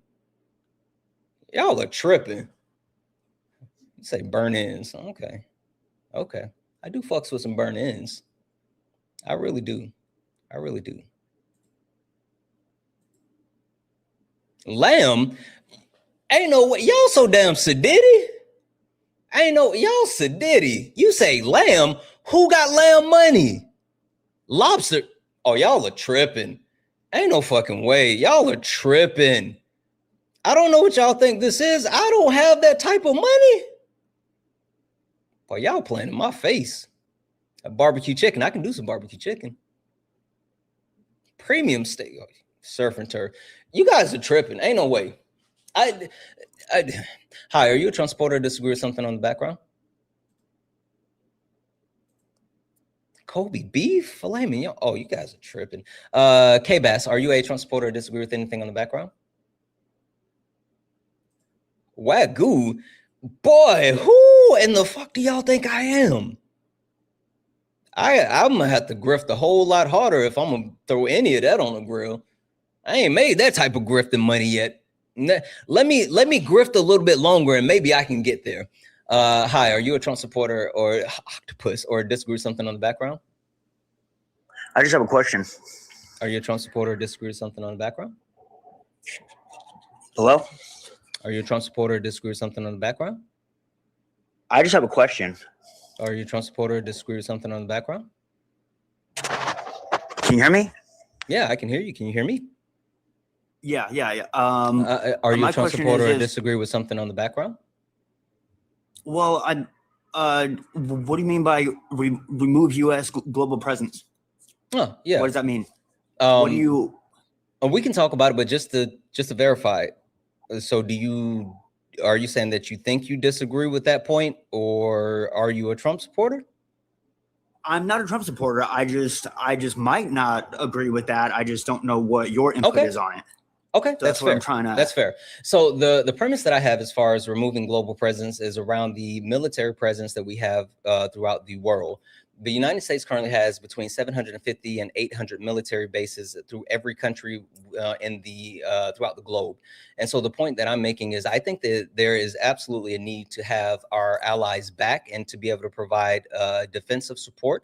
But I don't think there is a need for us to be overwhelmingly present in multiple countries the way that we are. The current structure that we have causes us to do things like and continue to increase the military budget, continue to actually feed more of young people into the military. There was also recently just a law passed now where young people between the ages of 18 and 25 are automatically going to be registered for the draft. And now there's also conversations with the Trump administration about restarting the draft. And that's because we have continued to try to feed into that military industrial complex. So if we reduce the amount of military presence that we have all around the world while still providing the assistance and assurance that we need for our allies and for strategic movement, we can de-escalate the global conflicts, and it allows us to actually focus on the things that matter instead of just being this big military machine that is accelerating global conflict. Okay. Now, when you say remove white men from power, now do you believe that all white men that have been in power are the same? Do you believe that we could get another white man in power that would do something different? Or do you believe we just need somebody different in power that's not a white man? Or what's your views on that? Yeah, I don't think it's about the individual white man. I think it's about the collective of white men, looking at the history of white men throughout the history of our country. It's been almost 250 years, and over the 250-year history of our country, about 90% of all of Congress, that's House, Senate, and presidency, has been made up of white men. And so no matter if you are Democrat, Republican, understanding where we are today in our society and the way that we are currently engaged in these conflicts, it's all driven specifically by white men who has passed legislation that's overwhelmingly harmed others while never actually harming themselves. So my point is, I don't care. I'm not advocating for a specific person to take power, but I am advocating for the removal of power from white men because of the direction that we are currently in, and specifically this actual war that we're currently in. Now, is it you want the corrupt white man to be taken out, or is it just anybody that is corrupt in general? or all white men. Again, like, I'm not saying that there's bad white men, good white men. I'm just saying, looking at the empirical data and the actual results that have occurred, it speaks to the whole, not the individual. Correct. And, my last final thing to say is that I believe that we should do what is good for our people as a country. All people, I believe, should be in a better place, like you said, to remove the military, budget, so we could, upgrade for the people. I actually do agree with that. I've come to find out I do agree with a lot of your views. I just wanted to ask some questions, and I just wanted to see where you stood on some points. Okay. All right. Well, I appreciate you coming up. Thank you. Only request up if you're a Trump supporter or disagree with something on the background. We're only looking for some debates. Only request up if you're a Trump supporter or disagree with something on the background. We're only looking for some debates. Guys, management was making fun of me in the background. Management, I wish I could share some of these messages. She's been clowning me. Hi, are you a Trump supporter? What I put there was so long. Okay, I don't think they meant to come up here. That was loud. But what I said, management has been making fun of me, guys. You think the chat bullies me? You guys should see how management bullies me. She bullies me too. It was overstimulating. Hi. You said I deserve it. Are you a Trump supporter or disagree with something on the background? Shelly, are you a Trump supporter or disagree with something on the background? Okay, I'm going to drop you down. You guys can stop spamming W's management in the chat. Ain't no way. Ain't no way you guys are advocating for someone bullying me. What are we doing? Lock in, chat. Jeez Louise. You guys, I don't know. Y'all are tripping today. I don't know what's happening. Hi, are you a Trump supporter or disagree with something on the background? I'm not a Trump supporter, but I do disagree with cut ties with Israel and cut ties with the military budget. Okay. And just to verify, how old are you? 32. Okay. What year were you born? 1993. Okay. Perfect. Which one do you want to start with? The cut ties with military or cut the military budget? I didn't say, I want to make sure I make a distinction. Cut the military budget, not cut ties. But which one do you want to start with? Cut ties with the cut the military budget. Let's start there. Okay. Can you give me a few moments just to say thank you to a couple of people because I'm really far behind and then we'll get into it? Yeah, go ahead. All right, perfect. And not management talking about W's me, whatever, lady. W's in the chat for Caroline. Caroline sent a $30 donation saying, 30, thank you for being patient and speaking truth and encouraging Jill to do better. This is my first Venmo donation and you 100% deserve it. Holy smokes. Caroline, sorry, not Caroline. Caroline, you are absolutely awesome. And Caroline, thank you. That means the world to me. Thank you, thank you, thank you. That's crazy. Thank you for the $30 and the love and the support. And I'm happy that I made you proud. W's in the chat for, I think it's pronounced Nabara, who sent a $10 donation saying, for being kind to Jill, it displays a real Christian-like love. And you truly are an amazing person, able to have grace like that. Listen, I'm not even a Christian. I believe that with all religions, like the basis of religion is to, do good things happen, do bad things happen. My name is Earl. Like, just be a good person. Like, seriously, that's all I really care about is being a good person. Debbie's in the chat for Marie for the $1 donation saying, I've said this before, but you would be an excellent in education, especially in high school. I don't have the patience, Marie. Ain't no way. Debbie's in chat for Amanda for the $20 donation saying the conversation you just had with Jill made me remember all the love I felt when I used to go to church. Really? That's a whole nother issue I got with church because like churches, they be getting you in the fifis. That's how they get you. W's in chat for Tess for the $25 donations. And this conversation here is a representation of why the reason why you're my favorite streamer / debater, reaching the quota unreachable. Reaching the quote unreachable. Awesome job, friend. That's way too much credit, but you know I appreciate your test. W's in the chat for Amanda for the $5 donation, saying I'm gobsmacked that you're able to take chill. That's very impressive. Sometimes you gotta, you know, have those conversations. W's in the chat for MAGA cries for the $2 donation, saying make sure you clip the ending with Jill. You successfully charmed a Cobra. You guys are wild. W's in the chat for Kevin for the $5 donation, saying I ain't gonna let I'm not sure what you were saying there, Kevin. You're gonna something about leading Jill. I'm not sure what you were trying to say there, but I appreciate the 5. W's in the chat for Gabriel for the $10 donation, saying thank you for how you spoke with Jill. I appreciate you. Like, we're all people. We just got to speak to each other like people. W's in the chat for Shannon for the $5 donation. Never thought I see a literal taming. Your calm dialogue is why you're my favorite. You guys are my favorite. W's in the chat for John for the $5 donation. I'm not gonna say that, John. W's in the chat for John for the 5. W's in the chat for Johnson Tittle. Said we're getting a masterclass on how to gentle parent MAGA. Fantastic display of a jiu-jitsu style. Listen, it was my domain expansion. W's in the chat for Tammy for the $2 donation, saying you know, Jill is full of crap. She puts on this sweet old lady act for you. We know she's the furthest thing. I don't know. Hopefully we got through to her. W's in the chat for Jared for the 1. Santana, I've always been impressed by you, but the way you've done with Jill is otherworldly.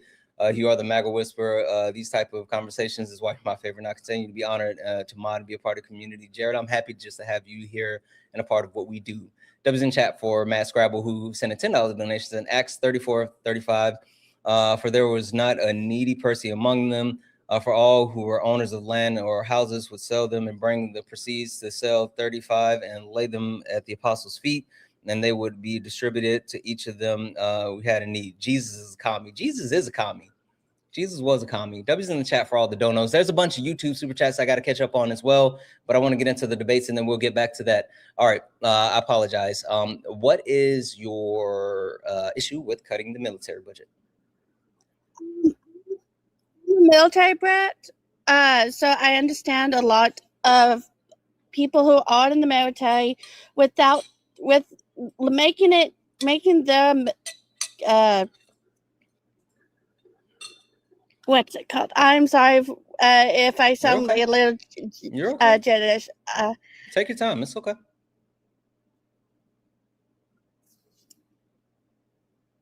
How about I tell you why I think we should cut the military budget? Yeah, go ahead. Okay.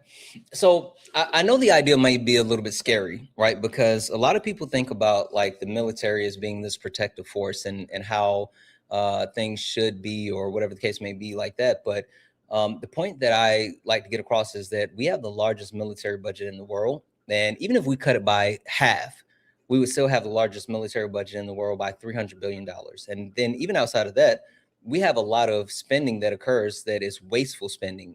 Just in September of 2025, Pete Hegseth and the DOD had to spend $39 billion on things like lobster, steak, Apple products, recliners, ice cream machines, because they didn't meet the spending that was necessary to close out the budget, right? And so looking at the amount of spending and you compile that on top of that, the Pentagon hasn't passed a audit in forever. It speaks to the amount of wasteful spending, whether we're handing out government contracts to places like SpaceX and, you know, things along those lines. There's so much wasteful spending, and we could actually take that spending and reallocate it to services like universal health care for American citizens. We can give free public options for higher education, for college. We can give pay raises to our military people. We can give more benefits to our vets. We can actually just redefine and make sure that the spending that we are allocating for the military is properly used in research, development, and the vets, while at the same time making sure that we still have the largest and strongest military budget in the world. So that's the point that I'm trying to make. Oh, also, you know, it's something that would de-escalate. The reason why other countries continue to build up their military is because we continue to build up ours. And now when you have someone like Trump in office, who is a literal fascist, people worry about being able to rely on him, or even worry if he's going to do something like, you know, swipe in and kidnap the head of their country, or say that he wants to just take their country. So like that would actually bring down the global tensions. You said I am not a Trump supporter. My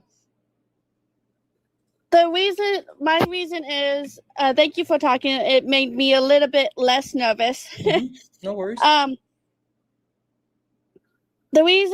main reason was not to cut military budgets is because one, they do need the insurance, they need housing, they need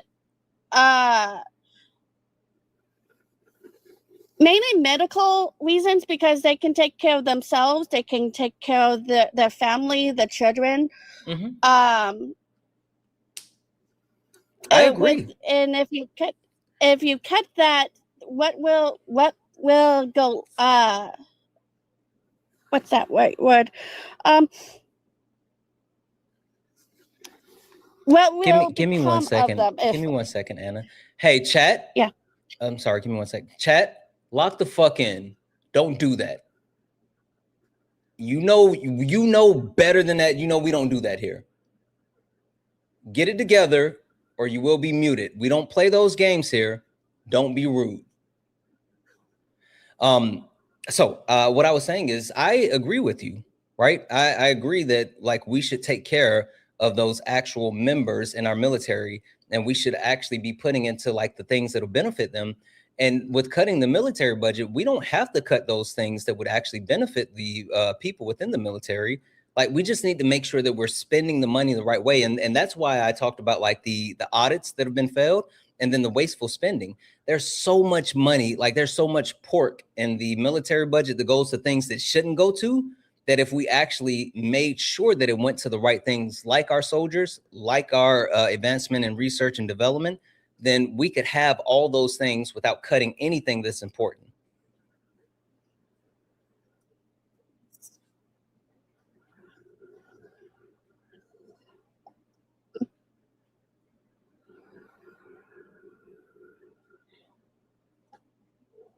You okay?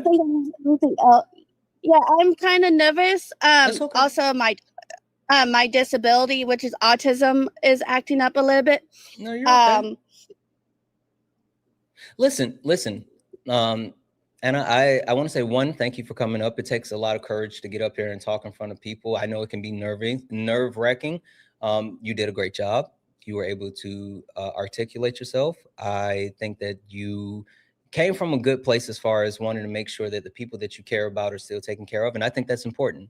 I think it's important to make sure that we're protecting the people that need to be protected, and protecting our men and women in uniform is definitely something that I want to do as well.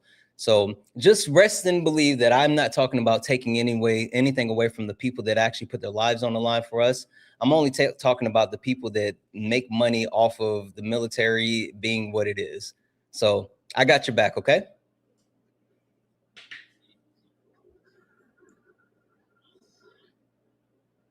All right. And I'm gonna drop you down, okay? For letting me come up here, and I'm also one of your biggest fans, because I've been watching you even with when you were on Peter and Peter's and Dean's stream as well. Yeah, I'll say this: I don't have fans. I think that whole fan thing is a little weird. You're a community member. You just hang out here with us. We're a community. We're a group, but I don't do fans. No. You're part of our community. But thank you for being here. Okay. Thank you, and yes. All right, have a good one. Yeah, bye. W's in the chat for her. Guys, you never know, like I take it for granted. And like, because I sit here and I yap all day with, the cameras and lights and shit, but it takes a lot to get up here and like have these conversations. It takes a lot. So W's in the chat for her for getting up here and doing that, especially speaking on something that was important to her. So W's in the chat. W's in chat for Darius for the $2 donation, saying please look into Jane Doe #4 settlement with the Epstein. Oh, I already know what that is. I already know, Darius. Yep. They could use that to literally go after Trump, but the Department of Justice won't do it. They won't fucking do it. W's in the chat for Darius. W's in the chat for Jamaica for the $10 donation, saying thank you for spreading the wealth of knowledge and logic. Thank you so much for the love, support, and kindness. You're awesome. W's in the chat for Jeff for the $5 donation, saying keeping your chat respectful. You're an amazing person. Keep up the great work and educating those around us. Listen, it's not me. Again, I literally learn from the people that are better than me. I learn from management. She's way better than me. I learn from Kay. She's better than me. Like literally the people within our community have cultivated what we have here today. And that's the only reason that I can, even say the things that I say. Like my mods keep me in line. My like the people around me have actually done this. So this is not a me thing. Where's that liberal? Because Trump is innocent. Yeah, David's such a lib. What up, David? W's in the chat for Deanna for the $1.99 super chat to say, I like what you're doing. Keep it up 100. Thank you. I appreciate you. W's in the chat for Jess, who used their membership subscription over on YouTube to say, Santana, thank you for bringing down the tone of the conversation. You're awesome. You're awesome. W's in the chat for Sanity for the $4.99 super chat to say, I rejected my last comment. Continue great. And why Santana? This is definitely a good Dow tree. I'll take it. W's in the chat for dialogue tree. You sent another $1.99 super chat to say dialogue tree. I got it. It is a great dialogue tree. W's in the chat for basket for the $1.99 super chat to say holy moly Santana, you're magic. Love your live. Thank you. I appreciate you. W's in the chat for Jane for the $5 super chat to say, watching you at jail was an absolute pleasure. Well done. Thank you. I appreciate you, friend. W's in the chat for Rust Belt. What up, Rust Belt for the $5 super chat to say, try some asparagus on the grill. It totally changes your taste. You'll thank me later. Maybe toss some scallops on that as well. I love asparagus. I love pickled asparagus. Am I the only one that loves pickled asparagus? Because I love pickled asparagus. W's in the chat for Kimberly. Kimberly sent a $1.99 super chat to say management needs to be the host. Management would never get up here and do this. Guys, lock the fuck in when I tell you this. Right here. Look at me. Lock the fuck in when I say this. Management would never get up here and do this. And not only would management never get up here and do this, management would crash the fuck out. There would be no more live if management was the host. If management was the host, the live would be about 5 minutes.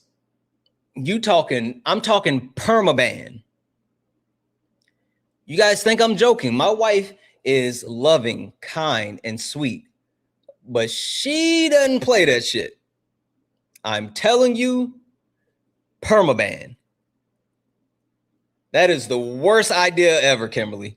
The worst idea ever.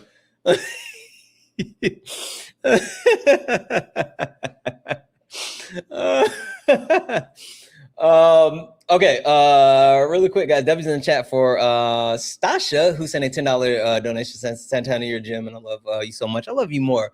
Who you are makes the world a better place. Thank you for being the GOAT and cultivating an incredible space. I don't know about that. Again, like I'm nothing but a product of my environment and the wonderful people around me.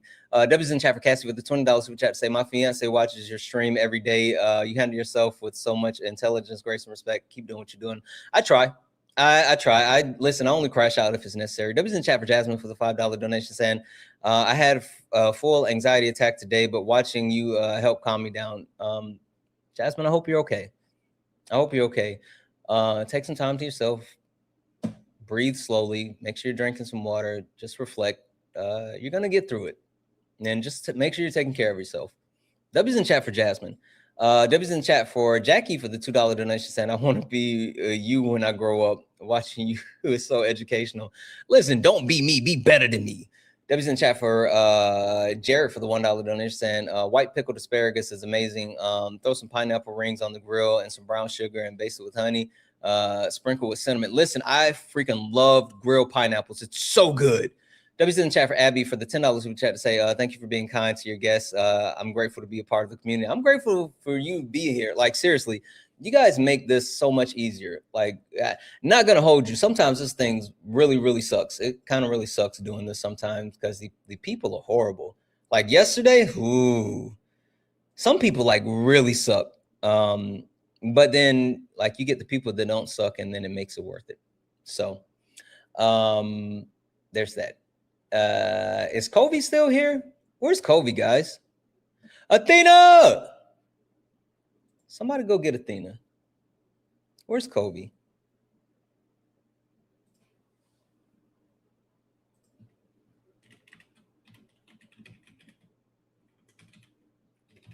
Also, we're going to judge her for not being here. Not Kobe. Not Kobe. What are you guys doing? We're talking about Athena. Oh, there she is. Hey, get up here. We're going to judge her for not being here.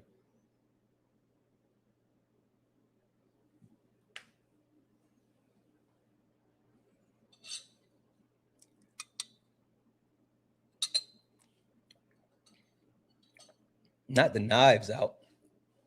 Why are you saying Kobe? I didn't say Kobe. I said Kobe. Help. Where am I cleaning like my floors? And like I have my headphones in and I have you playing in the background. And then all of a sudden I just hear, Avita. I'm like, wait, did somebody call my name? Because the house was a bit and my balcony door was open. So I'm like, I was freaked out, bro. I was like, huh? Wait. And I thought I was hallucinating. I was like, dang, I know I'm sleepy because I am really sleepy. I didn't sleep really well. So I thought I was just hallucinating. You had me questioning myself. No, you were just like playing in the background, like background noise, basically. Yeah. Hey, I wanted to have you up really quick. Well, we still got like, almost 900 people. Tell them about what you were telling me last night about like the initiatives. Oh, yeah. Oh, perfect. Thank you so much. I didn't even think about doing that. I appreciate you very much. So yeah, there are two initiatives that I'm currently highlighting.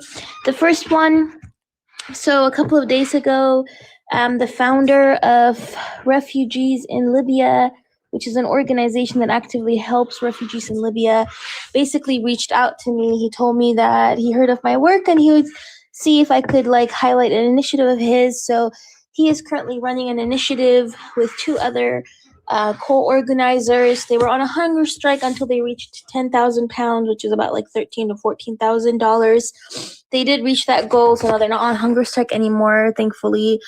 And it basically is to help South Sudanese specifically, because there are two Sudans, North Sudan, like Sudan, and then South Sudan.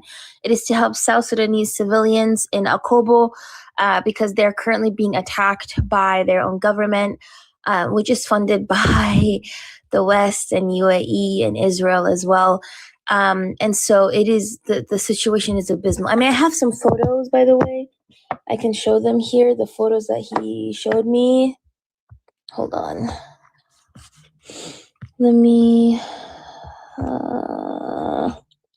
so I'll show you guys what they have to eat.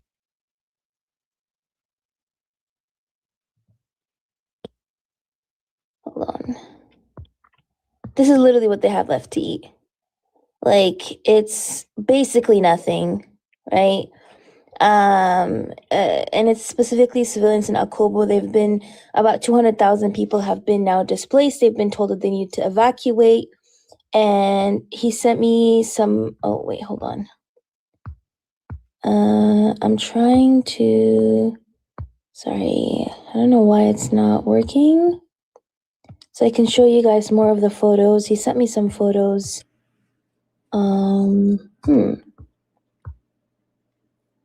Athena versus technology. Shush, it's telling me it's syncing from iCloud, but I don't know why. Can we get some Grapthenas running in the chat? We're gonna get some Listen, just because you're an unk doesn't mean that you have to, Whatever. Hold on, let me see if I can.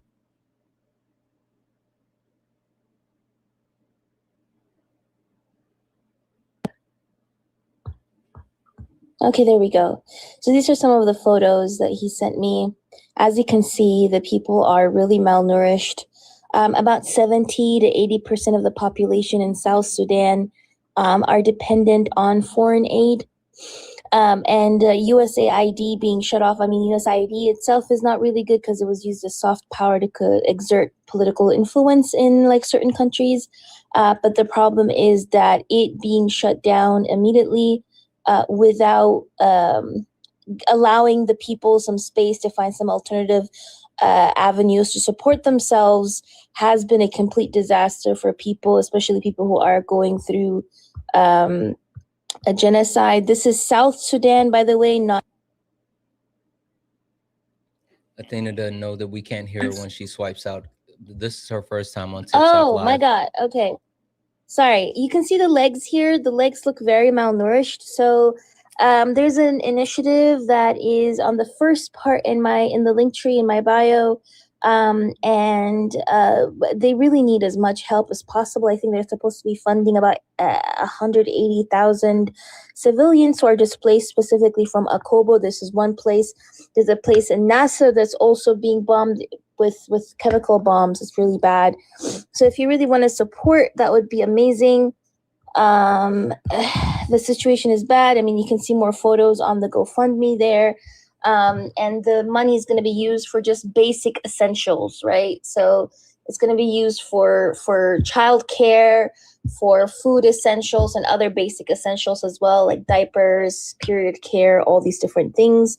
So if you do want to help, that would genuinely be amazing. If you cannot donate, you can also send it over to other people who could donate. The second initiative that I'm really highlighting is the one for Eritrean refugees who are stuck in in Egypt and in Sudan. Eritrean refugees in general are also very, very largely neglected, regardless of what situation they find themselves in. They're heavily neglected. And if you are not familiar with the situation in Eritrea, I'd highly, highly recommend people to be familiar with it. Inside the country, it's basically like an occupation. And then outside the country, Eritrean refugees do not have support from their embassy. And they're basically left to fend for themselves on their own. And that leaves them vulnerable to human trafficking, to slavery, to ransom holding, to being unalived, being detained. So the situation around Eritrean refugees is very bad. And if you think like African refugees and African people in general are not highlighted and not talked about within Eritrea, it's even worse, I think. So did you know that people in Eritrea didn't have internet, Santana? Yeah, I've heard about that. Like I've heard a couple of different things. So yeah. And did you know that people in Eritrea cannot go from one city to the next without a permit? No, I didn't know that. So like imagine Santana, you're in America, right? Mm-hmm. So imagine if you, let's say, if you're in California and you, let's say, want to go from Sacramento to Los Angeles, imagine not being allowed to do that without a permit. And you're an American citizen. That's insane. Yeah. So Eritrean citizens within Eritrea, they cannot even move around from city to city without a permit. I don't talk about this that often, I know, because, we're finding ourselves within like war. So it's, it's really bad. There is no freedom of movement. There is no internet. There is no freedom of speech. There are no different institutions. There's just like literally one institution, which is the presidency. And so this is why I personally think it's an occupation. And there's also indefinite military conscription, unfortunately, which means men and women are both to be conscripted from the age of like 17, 18, up until like 50. That's military age. And between those times of military age, people are also, they can't move around without a permit because there are checkpoints, basically. So it's an occupation inside the country. So when people leave en masse, about 4,000 every month, some of them as young as 7 years old, by the way. There are 7-year-old kids who are fleeing on their own, unaccompanied. They are also then endangered of being enslaved and trafficked once they leave the country. And so the situation is really bad for Eritreans. whether it is inside the country or outside the country, very vulnerable. African people in general are very vulnerable, but then there's like this extra level of vulnerability with regards to Eritreans because they're basically stateless when they go outside. I mean, there have been multiple instances of boat tragedies with like boatfuls of Eritreans being unalived in the Mediterranean Sea, like in Lampedusa, where over 360 were unalived in one incident. All of them snuffed, and just, you know, they were buried in Sicily. They couldn't even be buried back home. So for that reason, I do try to highlight Eritrean refugees.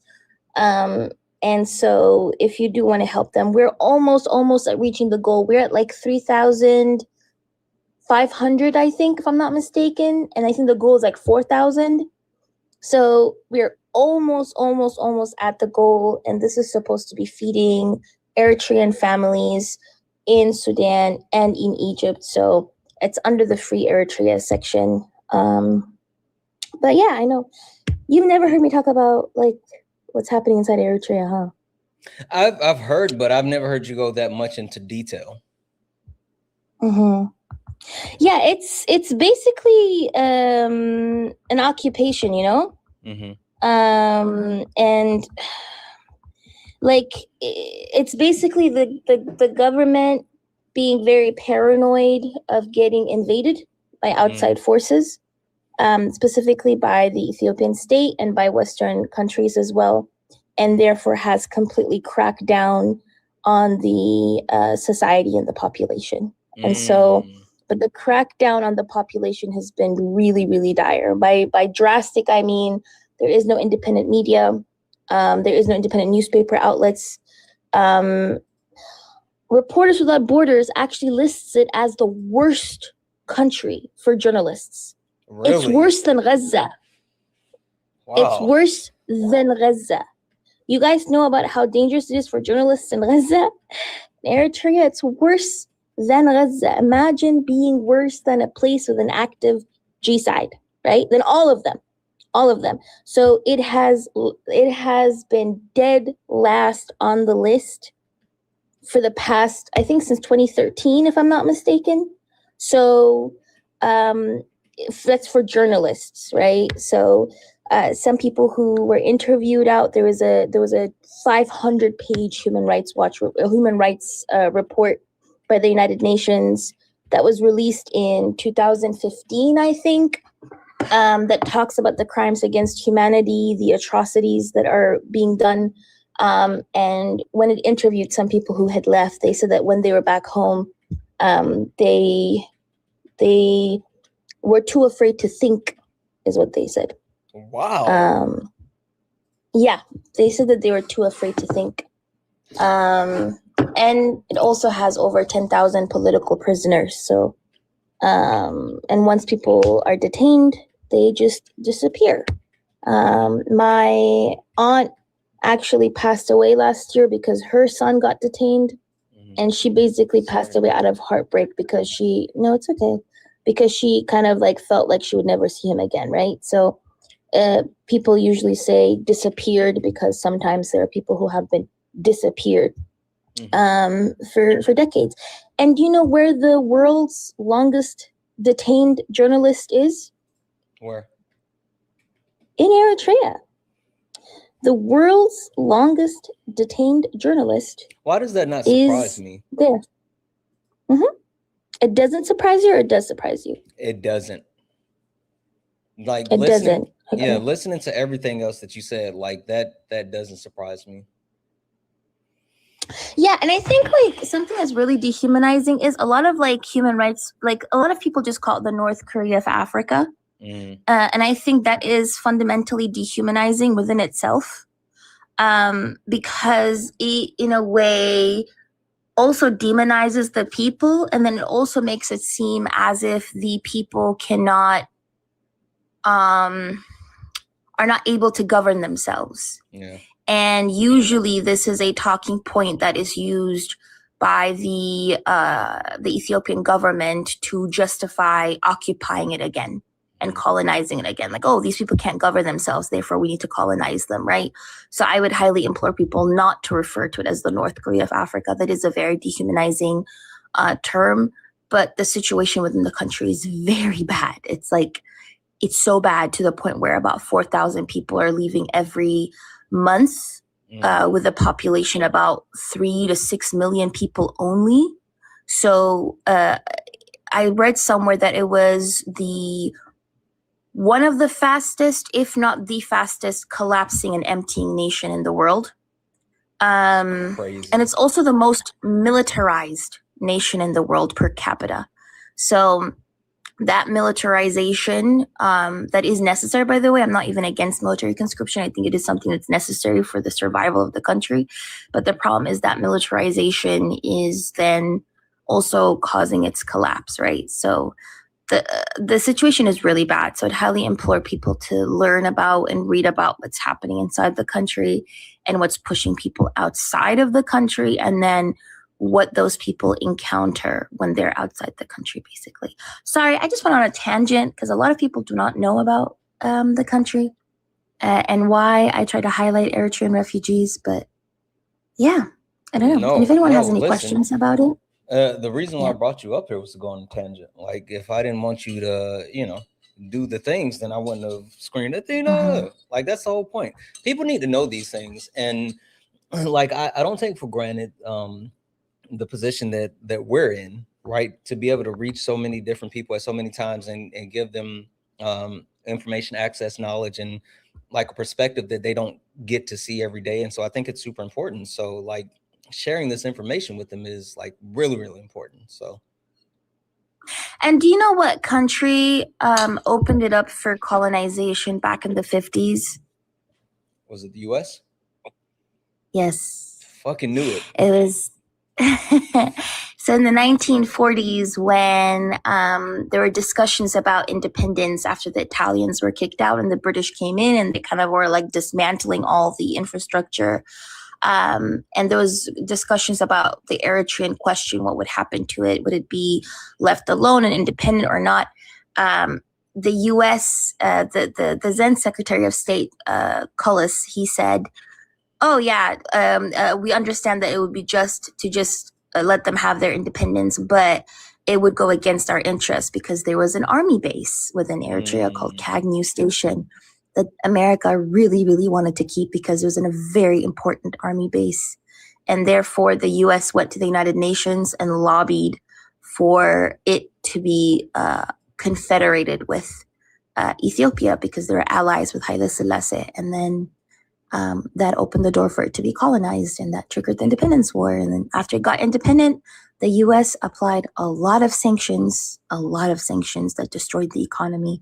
So there's just like a lot of internal and external politics within reasons within Eritrea that just make the country unlivable, basically, inside the country. And it's really bad. Like I don't even know how to explain it, but people have like food rations.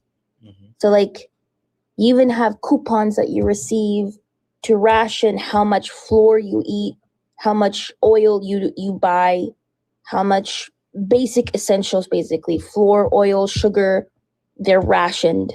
And so, yeah, in some parts of Eritrea, some people survive off of a meal a day, a couple of days. In other parts, they're heavily dependent on their families from outside sending them money. So, yeah. Sorry, I just went on a tangent. You just wanted me to go for like 10 minutes talking about it. But I think it's a topic that I am passionate about. And it is kind of frustrating to see that people not actually care about it, even though it's my home country. And it is kind of, it is facing like existential threat, basically. And sometimes I wonder if it will still exist within 10 years or not, because it is collapsing, So I think it is, I don't think people here can understand the level of like anxiety that it triggers within a person when you know that your country might not exist within 10 years if it continues going the way that it's going. So I have that feeling as well, Athena. You do, really? I study history, and I also I pay way too much attention to a lot of stuff, and I consume like a lot of information. And for me, I don't see like an incline. I see a complete drop off. So, What do you mean by that? Can you elaborate on that? yeah, more so that like the collapse will be swift and it'll just happen. It's not going to be like a continual, gradual, like downward trend. Like the slow walk into the night with the capitalistic society. I think that it's just going to go boom and it's done. Boom, and then it's done. Yeah. I think with like the country, like the economy is collapsing. I think the GDP is about 2 billion, which is just nothing, right? And then on top of that, you have the fact that it's the last country at the Red Sea that has not yet been infiltrated. So, I mean, it's bound to happen, when you have every single country at the Red Sea being one way or the other infiltrated somehow, and this being the last country, like it's inevitable, I guess, for it to be invaded. But then second of all, you have the fact that the population is just exhausted, like people need to understand that this particular population has been going through different invaders and different colonizers in 1557. And so, yeah, it's insane. And yes, that is my home country to the person who asked me. That's why it is something that I care about, hold dear to my heart. And unfortunately, a lot of people cannot even go back home. That's also another thing. So a lot of people are deprived of their home. Yeah. But yes. I want to read two things really quick. Both of them are directed at you. Both of them have a little bit of a different fastball. So I'll let you pick which one, option 1 or option 2. 2. 2. All right. Option 2. W's in the chat for Alex. Alex sent a $50 donation and said, could you get this donation to a campaign Athena was talking about? I'm not on TikTok, so I can't donate directly. I didn't catch the details myself. I'll have Athena repeat them. I got a bonus last week and I wanted to help out in whatever way I can spare. Alex, we will definitely get that $50 over to the GoFundMe that Athena was talking about. Absolutely massive W's in the chat for Alex. Now, I said these were both a little bit different. Thank you so much, Alex. Yes. You ready for the other one? Yeah. Can you also check Discord, by the way? I did. While you're doing that, but yeah. I did. W's in the chat for Manders, who sent a $1 donation and says, Santana, can you please sweetly, I don't know if I can do sweetly, but tell Athena she is banned until she starts posting on YouTube. JK, love you both. Listen, they're like, you need to get your YouTube game together. I don't know what's happening, but whatever. Also, really quickly as well, W's in the chat for Michael. Michael sent a $10 donation saying, I think you and management are a great team. If you're considering politics, it would be a win for all. She's slowly coming around to the idea about letting me run for office. I don't know, but that's solely a her decision. So whether we run for office or if we get a Doberman. Yeah, I want a Doberman so bad and she won't let me get one. I said W management all day, every day. Just want to say that. W Hannah. Whatever. W's in the chat for Indrit, I think it's pronounced, who sent a $10 donation saying, as advocate for people with different abilities, I applaud you for treating your guests with dignity and respect. They're adults with minds, creativity, passions, and feeling. Thank you for practicing what you preach and respecting all people. The world needs more people like you. The world needs more people like Athena, not like me, but I think that we should just respect people, period. Like, it's not that tough, and we should try to like seek understanding and treat people right instead of like, the other things. But W's in the chat. Thank you for that. And W's again for Alex. Alex in another $10 donation said, nice job with Jill earlier. I joined partway through about the talk with the military budget and went, oh God, it's Jill. I'm not convinced that she changed or will, but the cracks are forming. That's great. Keep up the great work and don't let management or the chat bully you. I try not to, but like the management bullies me, the chat bullies me, Athena bullies me, like all of them. Like I am the victim. I am the victim in all of this, just so we're clear. Why did I just hear in my head, what more do you want from me? Exactly. Like, but that's what I come on here every single day and I'm nice to everybody.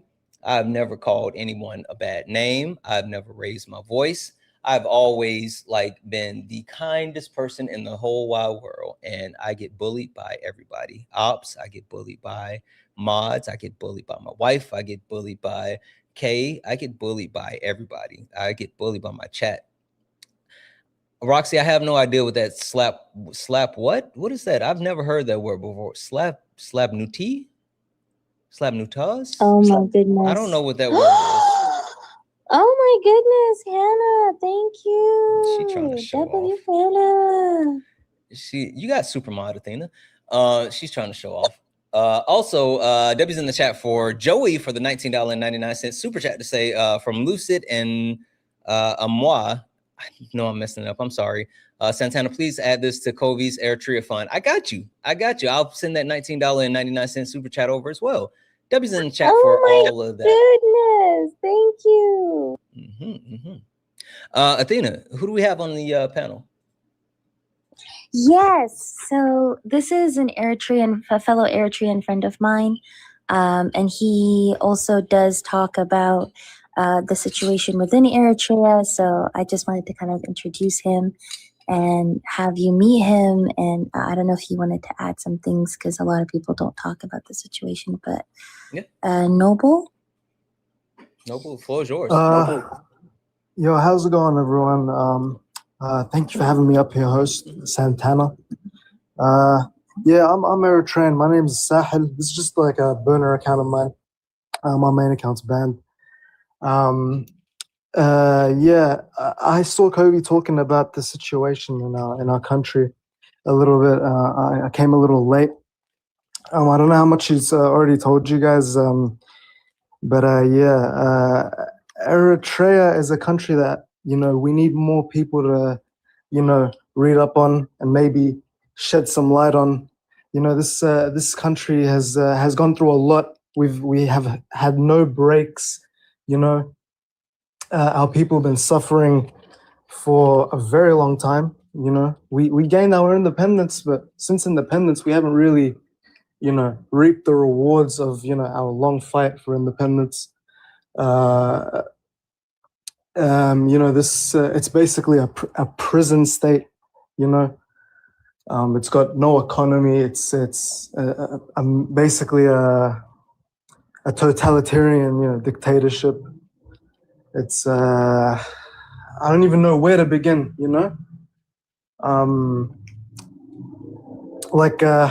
I really don't know where to begin.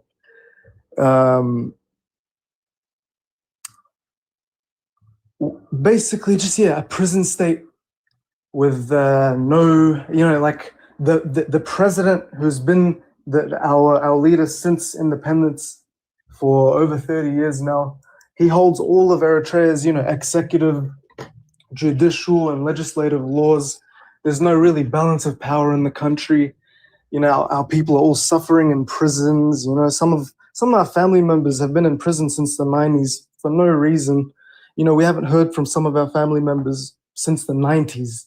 3 decades we haven't heard from some of our family members for no reason at all. Some just for asking for basic human rights. Some of them just trying to advocate for their communities, and the government sees this as a threat, so they just throw you in jail and you're never heard from again. This is the case for a lot of our people. One of the longest serving journalists in prison in the world is an Eritrean by the name of Dawit Isaak. he hasn't been heard from since since 2001. It's often referred to as the North Korea of Africa. Maybe some people don't really like that term. Yeah. But it's just the case, our country, it's going through it. Our people are going through it, and I really urge, if you guys want, you guys can ask me any questions. You guys can DM me. I'm happy to answer all questions. I'm kind of tired, everyone. I don't really know what to say, to be honest. There's a lot of people watching, but if you guys have any questions, please DM me on my main account, on this account. What's your main account at? It's on my bio. It's I'll put it in the chat. This is the app. But yeah, feel free to ask me and Covey any questions. Like I said, this country doesn't really get talked about enough, so I'd be happy to answer you guys' questions. Yeah, absolutely. Exactly. Thank you very much. Yeah, go ahead, Athena. Appreciate you. Yeah, I just want to say I appreciate you guys, and also I appreciate all the gifters, by the way. Genuinely, all the gifters who decided to gift to the initiative to feed Eritrean families in Egypt and Sudan. I appreciate you guys, anybody who gifted to that. So y'all, genuinely. I also say W's in the chat for Candace for the $10 donation. Says send this over to Covey from Mr. and Mrs. Torres. Thank you for raising awareness and educating us all. I will absolutely do that. But Athena, can you tell them one more time where they can find the actual link so they can go donate? Yes, you can find it in the link tree in my bio. Hold on, I'll pull up the link tree so y'all can see it. So this is again. No, go ahead. I thought you were going to take a minute. No, you go ahead, please. No, I was just going to add to that. W's in the chat for Rust Belt, who also sent a $20 donation saying, please send this over to Covey and tell her to put it with whichever charity she thinks needs it the most. She's an amazing person with a great heart. The world is a better place with people like her. I agree. So we're going to send that over as well. Again, and Athena's going to tell you guys to send W's in the chat for So Sid, who sent a $50 donation saying, please donate this to Athena. Thank you so much. I will get this all over, but hold on, she's gonna put it on the screen. We're gonna donate it directly, but I will get it over for sure. I gotta add this up now. I gotta do math. Anyway, floor is yours. Yeah, to be transparent, again, this is an initiative that was sent to me as per usual. You guys already know I don't run my own initiatives. I just highlight initiatives that are sent to me and that are verified. So if you go, this is my link tree. If you go to my link tree, sorry, hold on. There we go, that one. If you go to my link tree, hold on. Oh, wait, hold on. I didn't realize I didn't have you on the big screen. Sorry, 1 second. Oh. There we go. Okay, there we go. So if you go to the link tree in my bio, this is what you're going to see, right? So the one that is to support people in South Sudan. Oh my goodness. Thank you for the gifts. I appreciate you. The one that is to support the people in South Sudan is right here. Emergency appeal for displaced families in Akobo, South Sudan.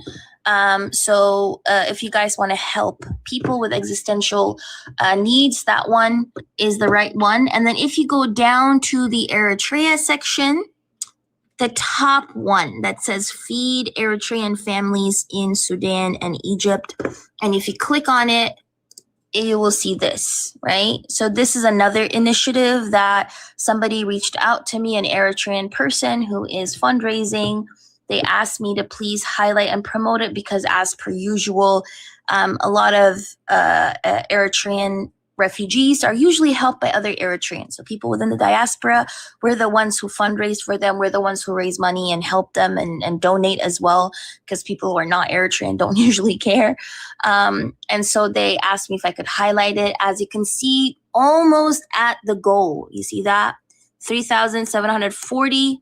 They were supposed to raise 5,000, but I think they couldn't reach 5,000, so they kind of like put it down to 4,000, and it's almost at the goal, right? So hopefully it works out. It's to feed Eritrean families.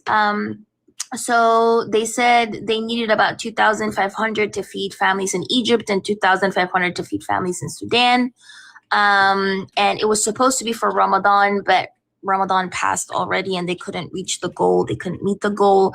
So they're going to wait a bit, but it's just to distribute food. So this is specifically for food for families, because when we talk about the Sudanese famine, or the multiple famines that are happening in Sudan, there are also Eritrean families there who are displaced who might also be experiencing food shortage and food insecurity. So this is to feed those families in Sudan. And in Egypt, the situation is also really bad. The same way the situation in northern Ethiopia with Eritrean refugees is bad, and in Libya too. So that's why.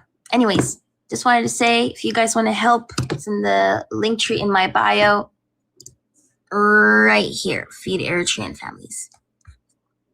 Thank you so much. I appreciate you, Santana.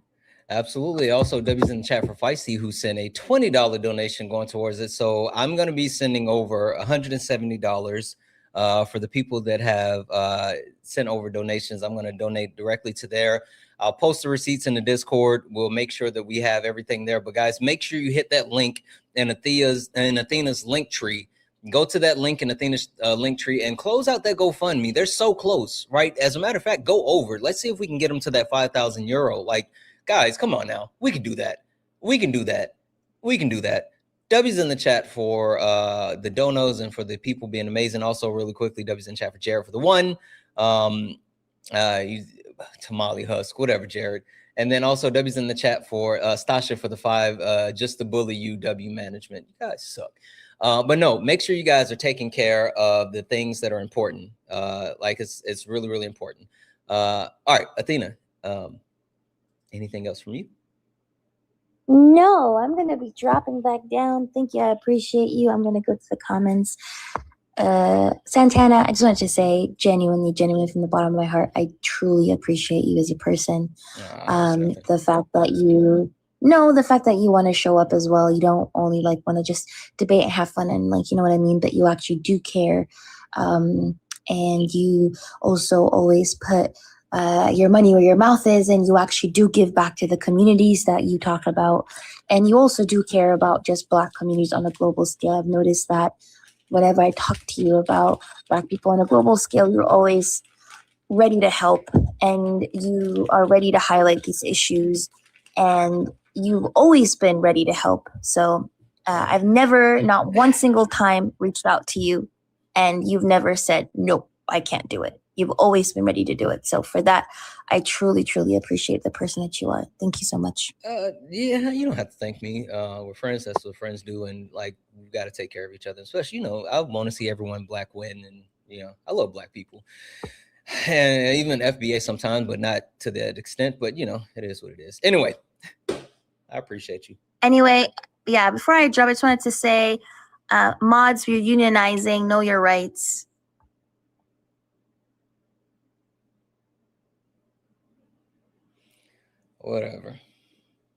Whatever. W's in the chat for Sterling as well, who sent over $32 and said, this is for Athena. Thank you for your work. So Sterling, thank you so much for the $32. I'm going to be sending over that $202 and we'll post the receipts in the Discord. But again, guys, make sure you follow that link in Athena's page and hit that GoFundMe. All right, guys, we're going to get out of here. Because I'm like way over and I got some. That was not right. It wasn't right. But you see how they do me. Like I'm the most mistreated person on TikTok. Thank you so much for the star map.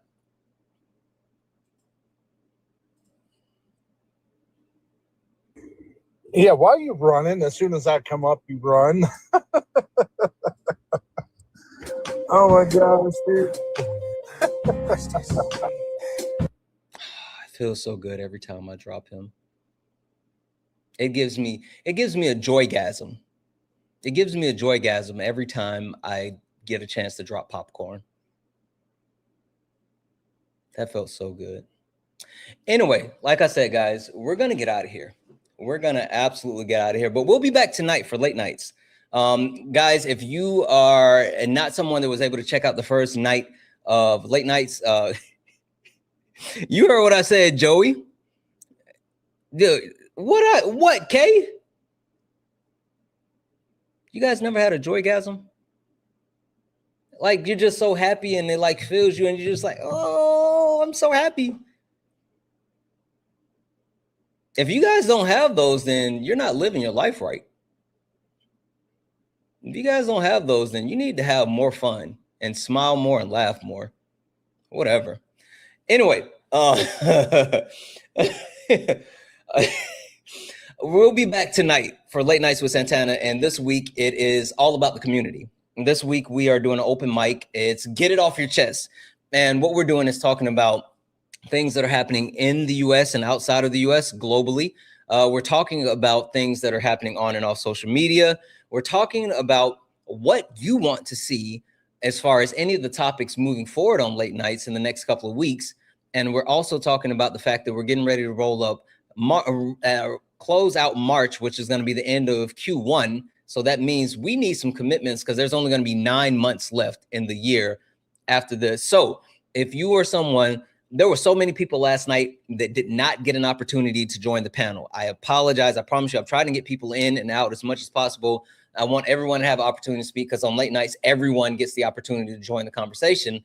I will get as many people in as I can tonight, so make sure you're there. The one thing that I will tell you is that if you're over on YouTube, Twitch, Instagram, if you are over on those apps, the line is shorter than joining the conversation on TikTok. I'm telling you, the lines, and yes, you can join the conversation. People can hear you on TikTok. People can hear you on all the other platforms. You can even talk to people across the platforms, but the lines are always shorter on YouTube, Twitch, and Instagram than it is on TikTok. So make sure you get here tonight for that. It'll be at 10 p.m. Eastern, 7 p.m. Pacific, Late Nights with Santana, night 2 of the 4 nights. And yeah. Anyway, guys, let's go ahead and get out of here because I got stuff to do. Got stuff to do. Let's go. You stepped in a box, now you're in the ring. Ain't no hugs here, you better take your best swing. Pound, pound. Mike Hot, who wanna step in the flame? This ain't a debate, this a mind game. Facts type lies, get left in chain. One wrong word, get slapped out your name. This ain't TikTok T, this a war zone talk. No script, no filter, no safe walk. Bring stats to get scrambled like a glitch. I got fire in my mouth like I came from the pit. Hey, Debbie's in the chat for the chat. Debbie's in the chat for the chat. Holy shit, I didn't see this. Debbie's in the chat for Wendy for the $50 YouTube super chat. Let's go. You guys are awesome. You guys are awesome. It was a good night. It was a good night. I'm sorry, not night. Good day. We'll be back tonight. It's going to be a lot of fun this evening. If you didn't get an opportunity to actually join the conversation, get here. Get here because it's about you. It's about the community. It's about anything that you guys have wanted to talk about. I promise you, it's an open forum. It's wide open, and you get to talk about whatever you want to talk about. So make sure you're here tonight. 10 p.m. Eastern, 7 p.m. Pacific. 10 p.m. Eastern, 7 p.m. Pacific. Also, I saw someone said, what's your Twitch? All of my social medias are Santana Speaks For You. The number 4, the letter U. Santana Speaks For You. You can find me on Instagram, Twitch, Blue Sky, YouTube, TikTok, everywhere. It's Santana Speaks For You. We're going to get out of here, guys. Thank you. Thank you all for being here. Thank you all for being amazing. Thank you all for the gifts, the taps, the likes, the shares. Thank you all for being you. I love you all. I'll see you all later. And as always, go.